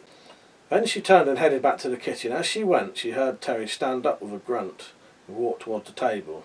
She'd just picked up the bottle of tomato sauce when she heard Terry say loudly, "Fuck me, what's this?" With a feeling of dread, Denise hurried back to the lounge to see Terry with an angry look on his face, pointing at one of the plates. "Look what you've done! You've broken one of my eggs." "No, Terry, that's mine. Your plate is the one next to it," Denise said desperately. "I'd never give you a broken egg. I know you don't like them." "No, you did it deliberately," Terry yelled. "Why did you?" His voice trailed off as the thought occurred to him. "Ah, I know. You did it so you could tell them apart. You've poisoned my tea, haven't you?" With an angry snarl, he picked up the plate and threw it at the wall. Chips and broken pieces of plate fell to the floor, and 2 fried eggs slowly slid downwards, leaving a sticky orange trail behind them. Now thoroughly alarmed, but not trying to show it, Denise took a step backwards. "Of course I haven't poisoned you, Terry. You know I'd never do a thing like that." "Liar!" Terry bellowed and lunged forward, wrapping his left hand around her throat. "You're trying to murder me." Moving quickly, he forced Denise backwards and slammed her against the door frame. Denise gave a grunt as her back and head hit the wood, and she sagged slightly. "I'll teach you," Terry yelled, and his right hand, balled into a fist, slammed into her stomach. Denise gave an even louder grunt and fell to the floor. As she knelt there, with her hands held to her stomach, Terry grabbed her by the hair and lifted her head up. He then slapped her hard across the face twice and started to pull her up. To Denise it felt like her scalp was being torn off, and she struggled to get to her feet. And with one hand still clasping her stomach, she reached up and grasped Terry's wrist, trying to lift herself up and take off some of the pressure on her scalp. "How dare you touch me, you murdering bitch! Let go of me now!" Terry shouted in a rage, and still holding her, he started to pull her along the floor. Denise's struggling became more frantic as she tried to use her legs to push herself along, and forgetting about her stomach, she used both her hands to grasp Terry's wrist. "I said fucking let go!" Terry yelled and stamped down hard on her ribs twice. The second stamp had the desired effect. Denise felt something give and a sharp pain lanced through her side. She gave a short shriek of pain and her hands fell away from Terry's wrist and went to her side. Terry dragged her along for another couple of feet and let go of her hair. "Right," he said in a satisfied tone. "That'll learn you. You won't try and poison me again." He looked around and saw Denise's handbag on the sofa. Walking over to it, he picked it up and rummaged inside it until he found her purse. Then he dropped the bag to the floor. Taking the 5 £10 notes he'd found in the purse, he stuffed them into his pocket of his jeans and threw the purse across the room. When he turned to look at Denise, she was still lying on the floor, curled up with her hands holding her side, and taking short, quick breaths. Terry laughed and said, "I'm going to the pub and I'll have my tea there, and you're paying." Then he pointed to the broken plate and the remains of the egg and chips lying on the floor. "And you'd better have that lot cleaned up by the time I get home. So get up and get it done." Denise groaned and then coughed and tasted blood. "I can't, Terry," she said between gasps. "I think you've really hurt me this time." "Bollocks I have," Terry told her. "If it isn't clean by the time I get home, you'll know what hurt's all about." He then turned away from her and headed to the back door, muttering to himself about what he'd do to her if she hadn't cleaned the place up. Leaving the house, he went to the back gate, opened it and stepped into the narrow path that ran along the back of the houses with the local park on the opposite side. All he had to do was squeeze through the hole in the fence a short way down the path, cross the park, and he'd be at the pub in 10 minutes. When he turned back to face the house, "Remember, if you haven't done as I told," he thought for a few seconds before continuing, "I'll rip your fucking guts out. Fuck me, yes, I'll rip 'em right out." He turned and took a step along the path. Suddenly he heard a noise. It was the sound of children chanting, "Terry's a vicious wanker, Terry's a vicious wanker," over and over again. And it was coming from that bastard Harry's garden. Normally, Terry was rather frightened of Harry and tried to avoid him as much as possible. So if he'd not been so full of alcohol and adrenaline, he would have never have done what he was about to do. He rushed to Harry's back gate and tried to open it, but it was locked. Full of rage, he kicked it open and strode into the garden. "Shut it, you little shits, or I'll..." But then his voice trailed off as he realised that the chanting had stopped. The garden was empty. Back in her lounge, Denise began to slowly and agonisingly drag herself across the floor towards her handbag and her phone. She heard Terry's angry yells and knew he wasn't going to come back and help her. This was the final straw. She had put up with his bullying and violence, but leaving her to lie there badly injured was too much. Terry was disappointed. The children were nowhere in sight. "Fuck me, they're quick on their feet, little bastards," he muttered to himself. "They must be indoors, the little fuckers. Probably with the doors locked and shitting themselves." Then a thought struck him. Harry hadn't come outside to see what all the noise was about. He and Jenny must have gone out and left the children at home. It never occurred to him that no normal parent would leave 6 and 8-year-old children unattended. To him it seemed a perfectly reasonable thing to do. For a few seconds he thought of breaking his way into the house and finding them, but then decided he wanted to drink more than the pleasure of giving them a hiding. When something caught his attention, something that reflected the late afternoon light. Inexplicably, this intrigued him, and he walked across the lawn to look at it. "Ah, bollocks," he exclaimed as he looked down at the spirograph. "It's just a kid's toy." Then a thought occurred to him and he grinned. He'd teach the little sods a lesson. He'd fuck their little shitty toy up Grabbing the paper, he jerked it savagely off the table, sending it flying through the air to land on the grass. To his surprise, the spirograph remained pinned to the paper in the exact same position as it was when it had been on the table. They must have pinned that down bloody tight, he thought. Well, it'll just make it easier to smash to pieces, smiling wickedly. He stepped on the spirograph and brought his foot down on it hard. All this did was enlarge the small hole he hadn't noticed in the centre of the pattern. Seeing the discs undamaged, he brought his foot down again, even harder. Seeing that there still appeared to be no damage to the discs, he lifted his foot once more, or at least tried to. For some reason his foot wouldn't move. As he stared down in amazement, he felt a sudden pull on his foot. What the fuck, he thought. Then the pull grew stronger, and his foot began to sink. Not into the ground, he suddenly realised, but into the pattern that was drawn on the paper. Somehow the pattern had grown in size, and was now slightly larger than his foot, and was growing larger. And as the hole grew larger, so the pull on his foot grew stronger. Now suddenly sober, and thoroughly frightened, Terry tried desperately to break free. But all his struggles were to no avail, and soon his ankle slowly dipped below the surface. Then the pain started. It felt like hundreds of tiny teeth were ripping into his flesh. Terry started to scream. The whole street heard his screams, and most of them rushed out to find where the screaming was coming from. Upon finding it was coming from Harry and Jenny's back garden, they decided that Harry has finally given Terry the thrashing he so richly deserved. Then they smiled at each other and went back indoors. Visions of undead zombies devouring his flesh flashed into Terry's mind, and he quickly pulled off his other trainer and flailed madly at the hole, trying to hit what it was that was tearing into his leg. He had no effect, however, and the leg sank even deeper into the now rapidly widening hole. Soon his other foot was being dragged downwards, and Terry felt small teeth bite into his leg too. Frantically, he flailed even more dementedly with his trainer. But the pulling just increased. Soon he'd sunk down to his upper thighs, and giving up on the trainer, he flung it away and threw his upper body flat on the ground, grabbing hold of grass in a vain attempt to stop himself sinking even lower into the hole. It didn't work. The grass just tore out at its roots. And with ever-increasing speed, Terry was drawn down into the darkness, still clutching a few pieces of grass with his fingers, his final scream of terror and pain echoing up and down the street.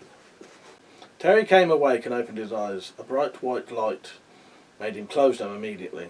He tried to cover his face with his hands, but his arms wouldn't move.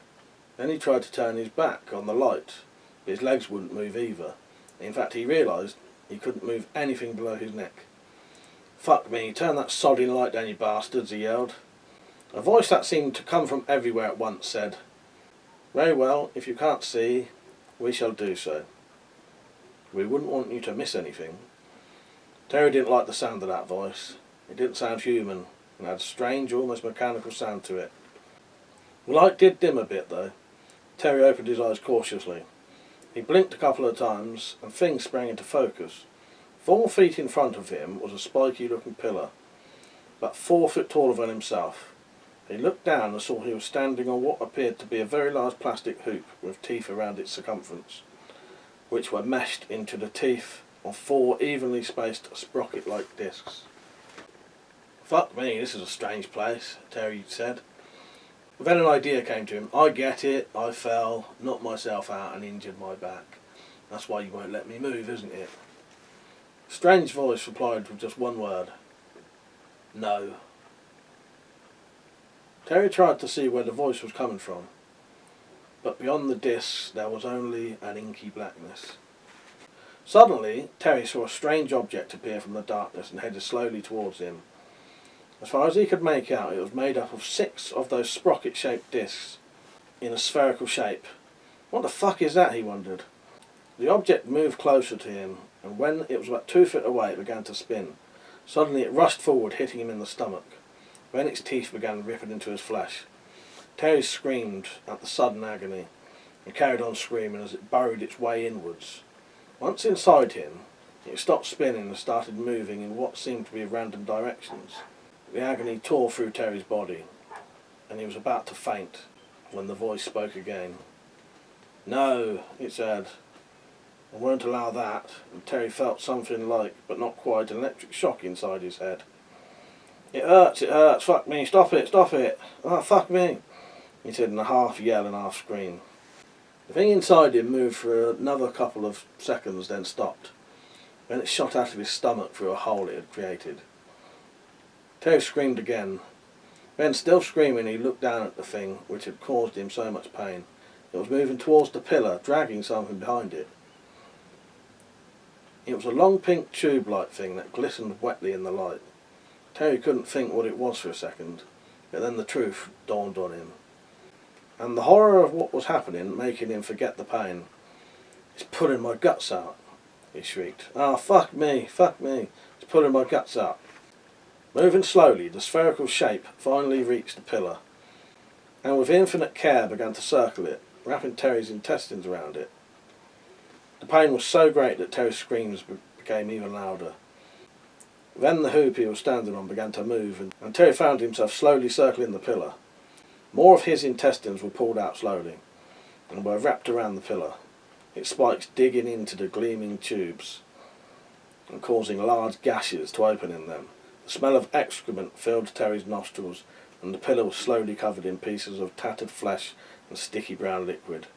The agony Terry felt was indescribable, and his screams took on a strange, undulating quality as they echoed into the darkness. More and more of Terry's intestines were slowly pulled from his body and wrapped round the pillar until it looked as if it was covered by a big, glistening, rubbery-looking, fleshy sheath. Suddenly Terry felt a pulling low down on his body, followed by terrible pressure on his rectum. Then something inside him seemed to burst. Terry felt a terrible pain in his chest as his heart first gave a stutter, then stopped. Terry gave a scream of torment, and then his mind span down into darkness.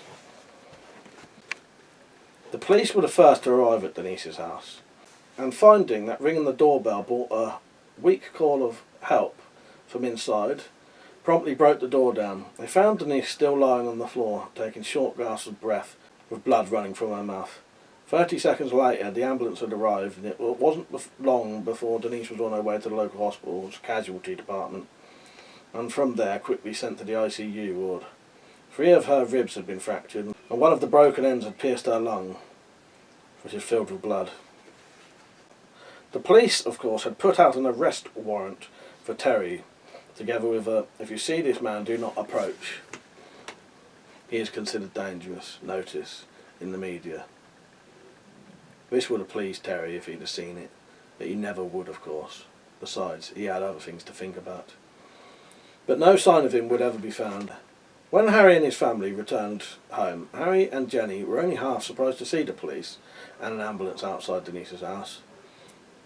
"I knew this would happen one day," Harry said sadly. It was only a matter of time. The next morning, when Harry went to the back garden for his first smoke of the day, he noticed that the gate had been kicked in and the spirograph had gone. All that remained was a sheet of paper with a large burned hole in the middle of it. Typical, Harry thought. Some sods had kicked in the gate and pinched the kid's toy.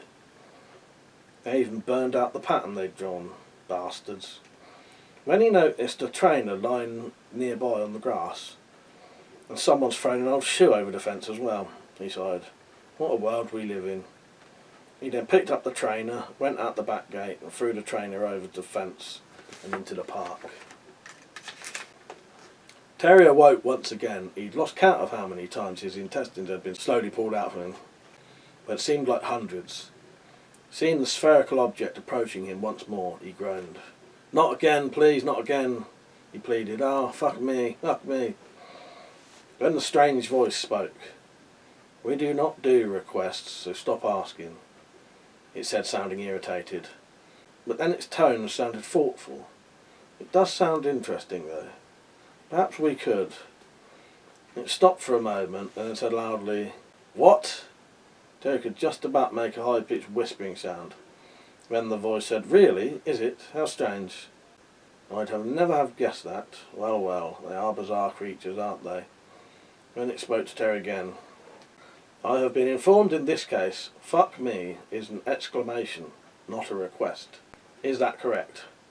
Terry in his agony was unsure what was going on and merely nodded. Good then, the voice said. You can learn something new every day, it seems. Well, now that is sorted out, let us continue. Once more the spherical object shot forward and gouged its way through Terry's flesh, and he started to scream once again. This time though, his screams included a tone of utter despair, as he finally realised that his torture would never end. Not ever. Epilogue.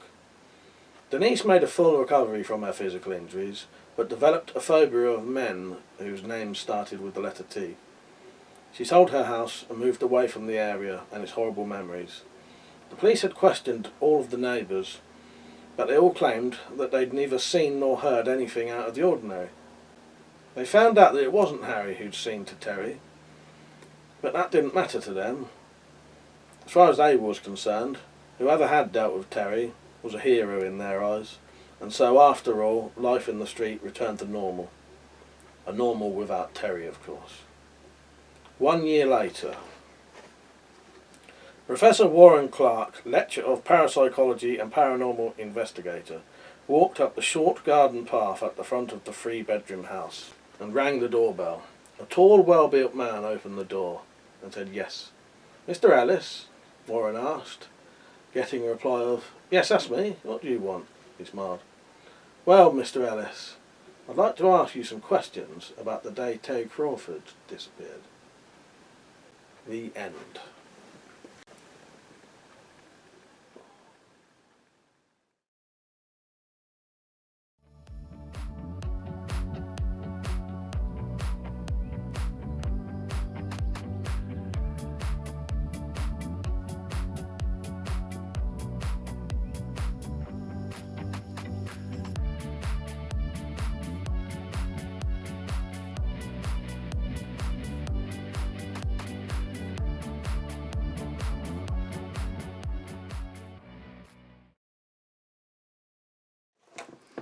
There you go, 2 Steps Beyond.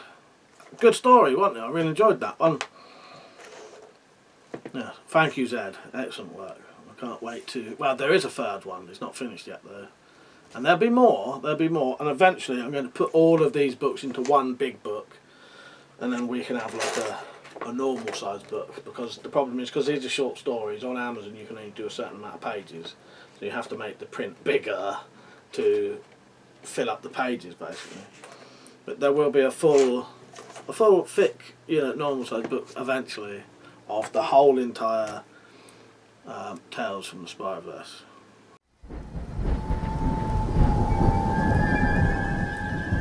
You know me, it's frightening how many Spyro books I've published.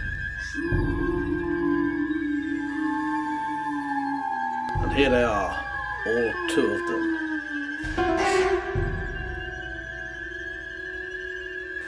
Get them now from all good Amazon stores.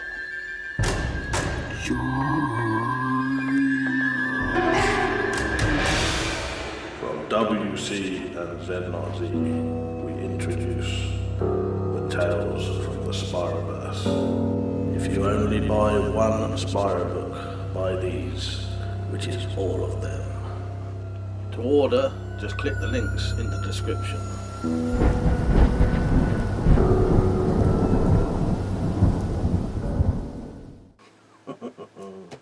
So yeah, look out for that eventually. But those ones are available right now.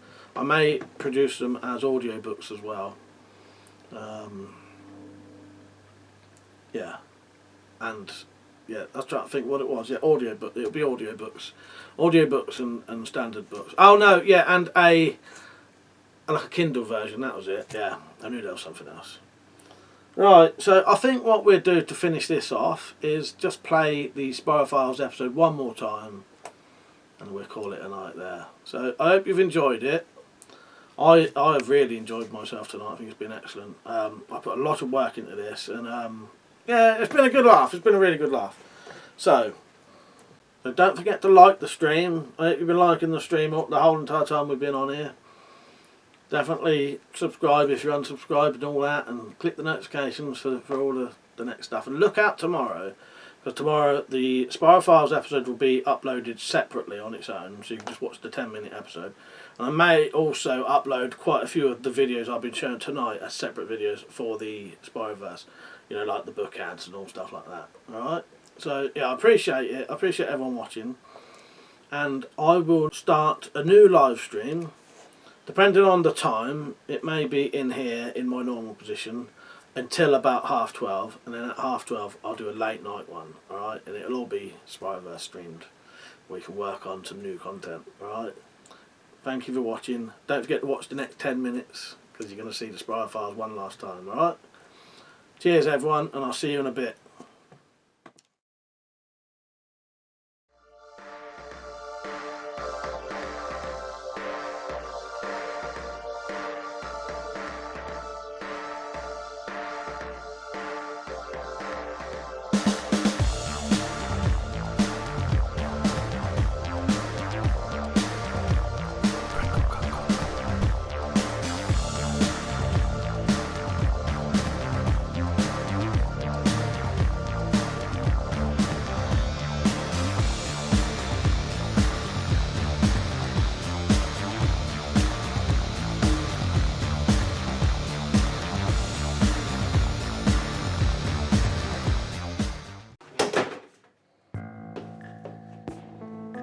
Every week now, these tapes from the Spiroverse hunting and intelligence team turn up. They are now arriving more and more regularly. Spiroverse incidents are getting more common as technology progresses. It is my job to investigate these often deadly Spyro phenomenon.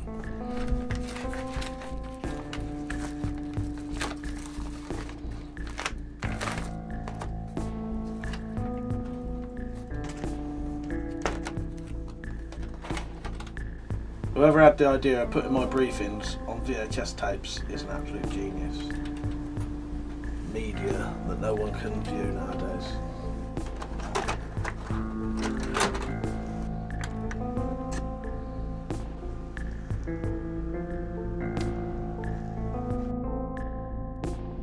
Your Spyro mission today is to investigate a phenomenon known as a gory hole, a Spyro demon portal trap used to hypnotize and then lure unsuspecting toilet patrons into inserting parts of their body into a Spyro nether region's portal and then crinkle cut and sever said appendage. You must infiltrate the toilet block, find the gory hole and destroy it. Standard equipment only.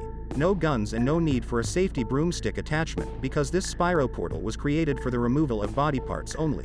But still be very careful because all Spyro portals are highly dangerous. Commence mission immediately. Location will be sent via text. The toilet block should be quite easy to recognize due to its brown crinkle cut outer walls. This tape will self-destruct in 5 seconds.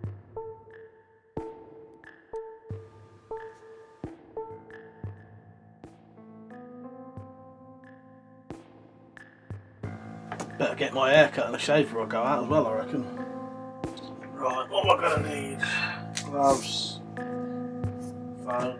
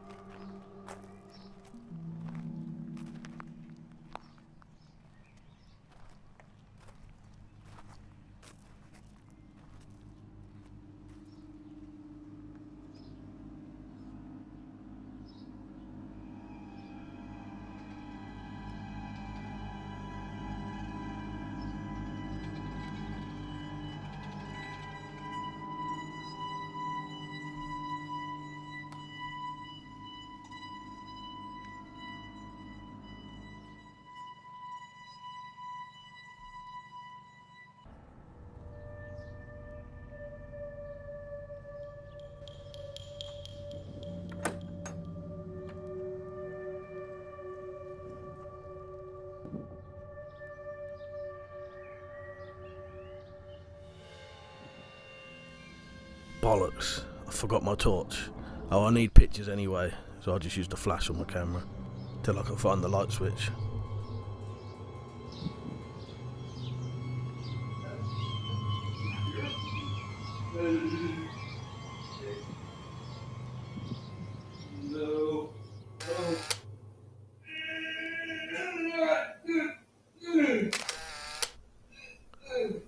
Is there someone in here?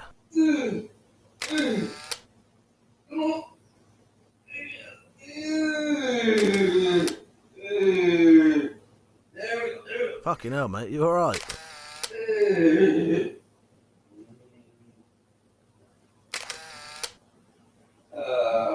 At least give me a courtesy flush. No. That wasn't me. Not for us. Oh. No. Fucking hell, it stinks in here.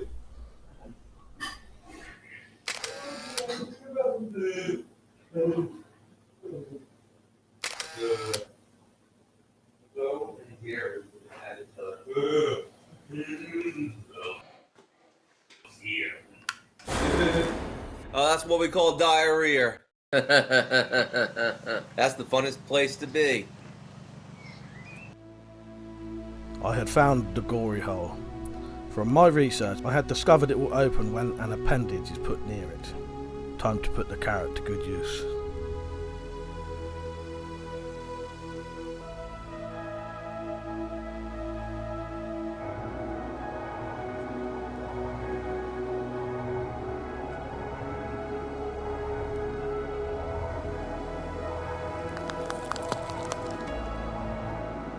Holy shit, it worked. Fucking hell. What the fuck is going on? I think it's trying to hypnotise me.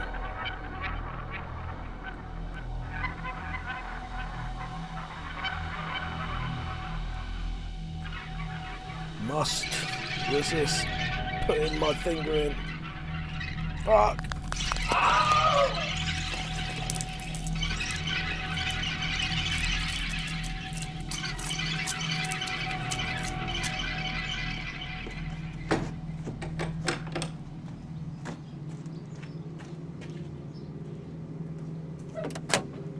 Where's that petrol? I should have just done this in the first place.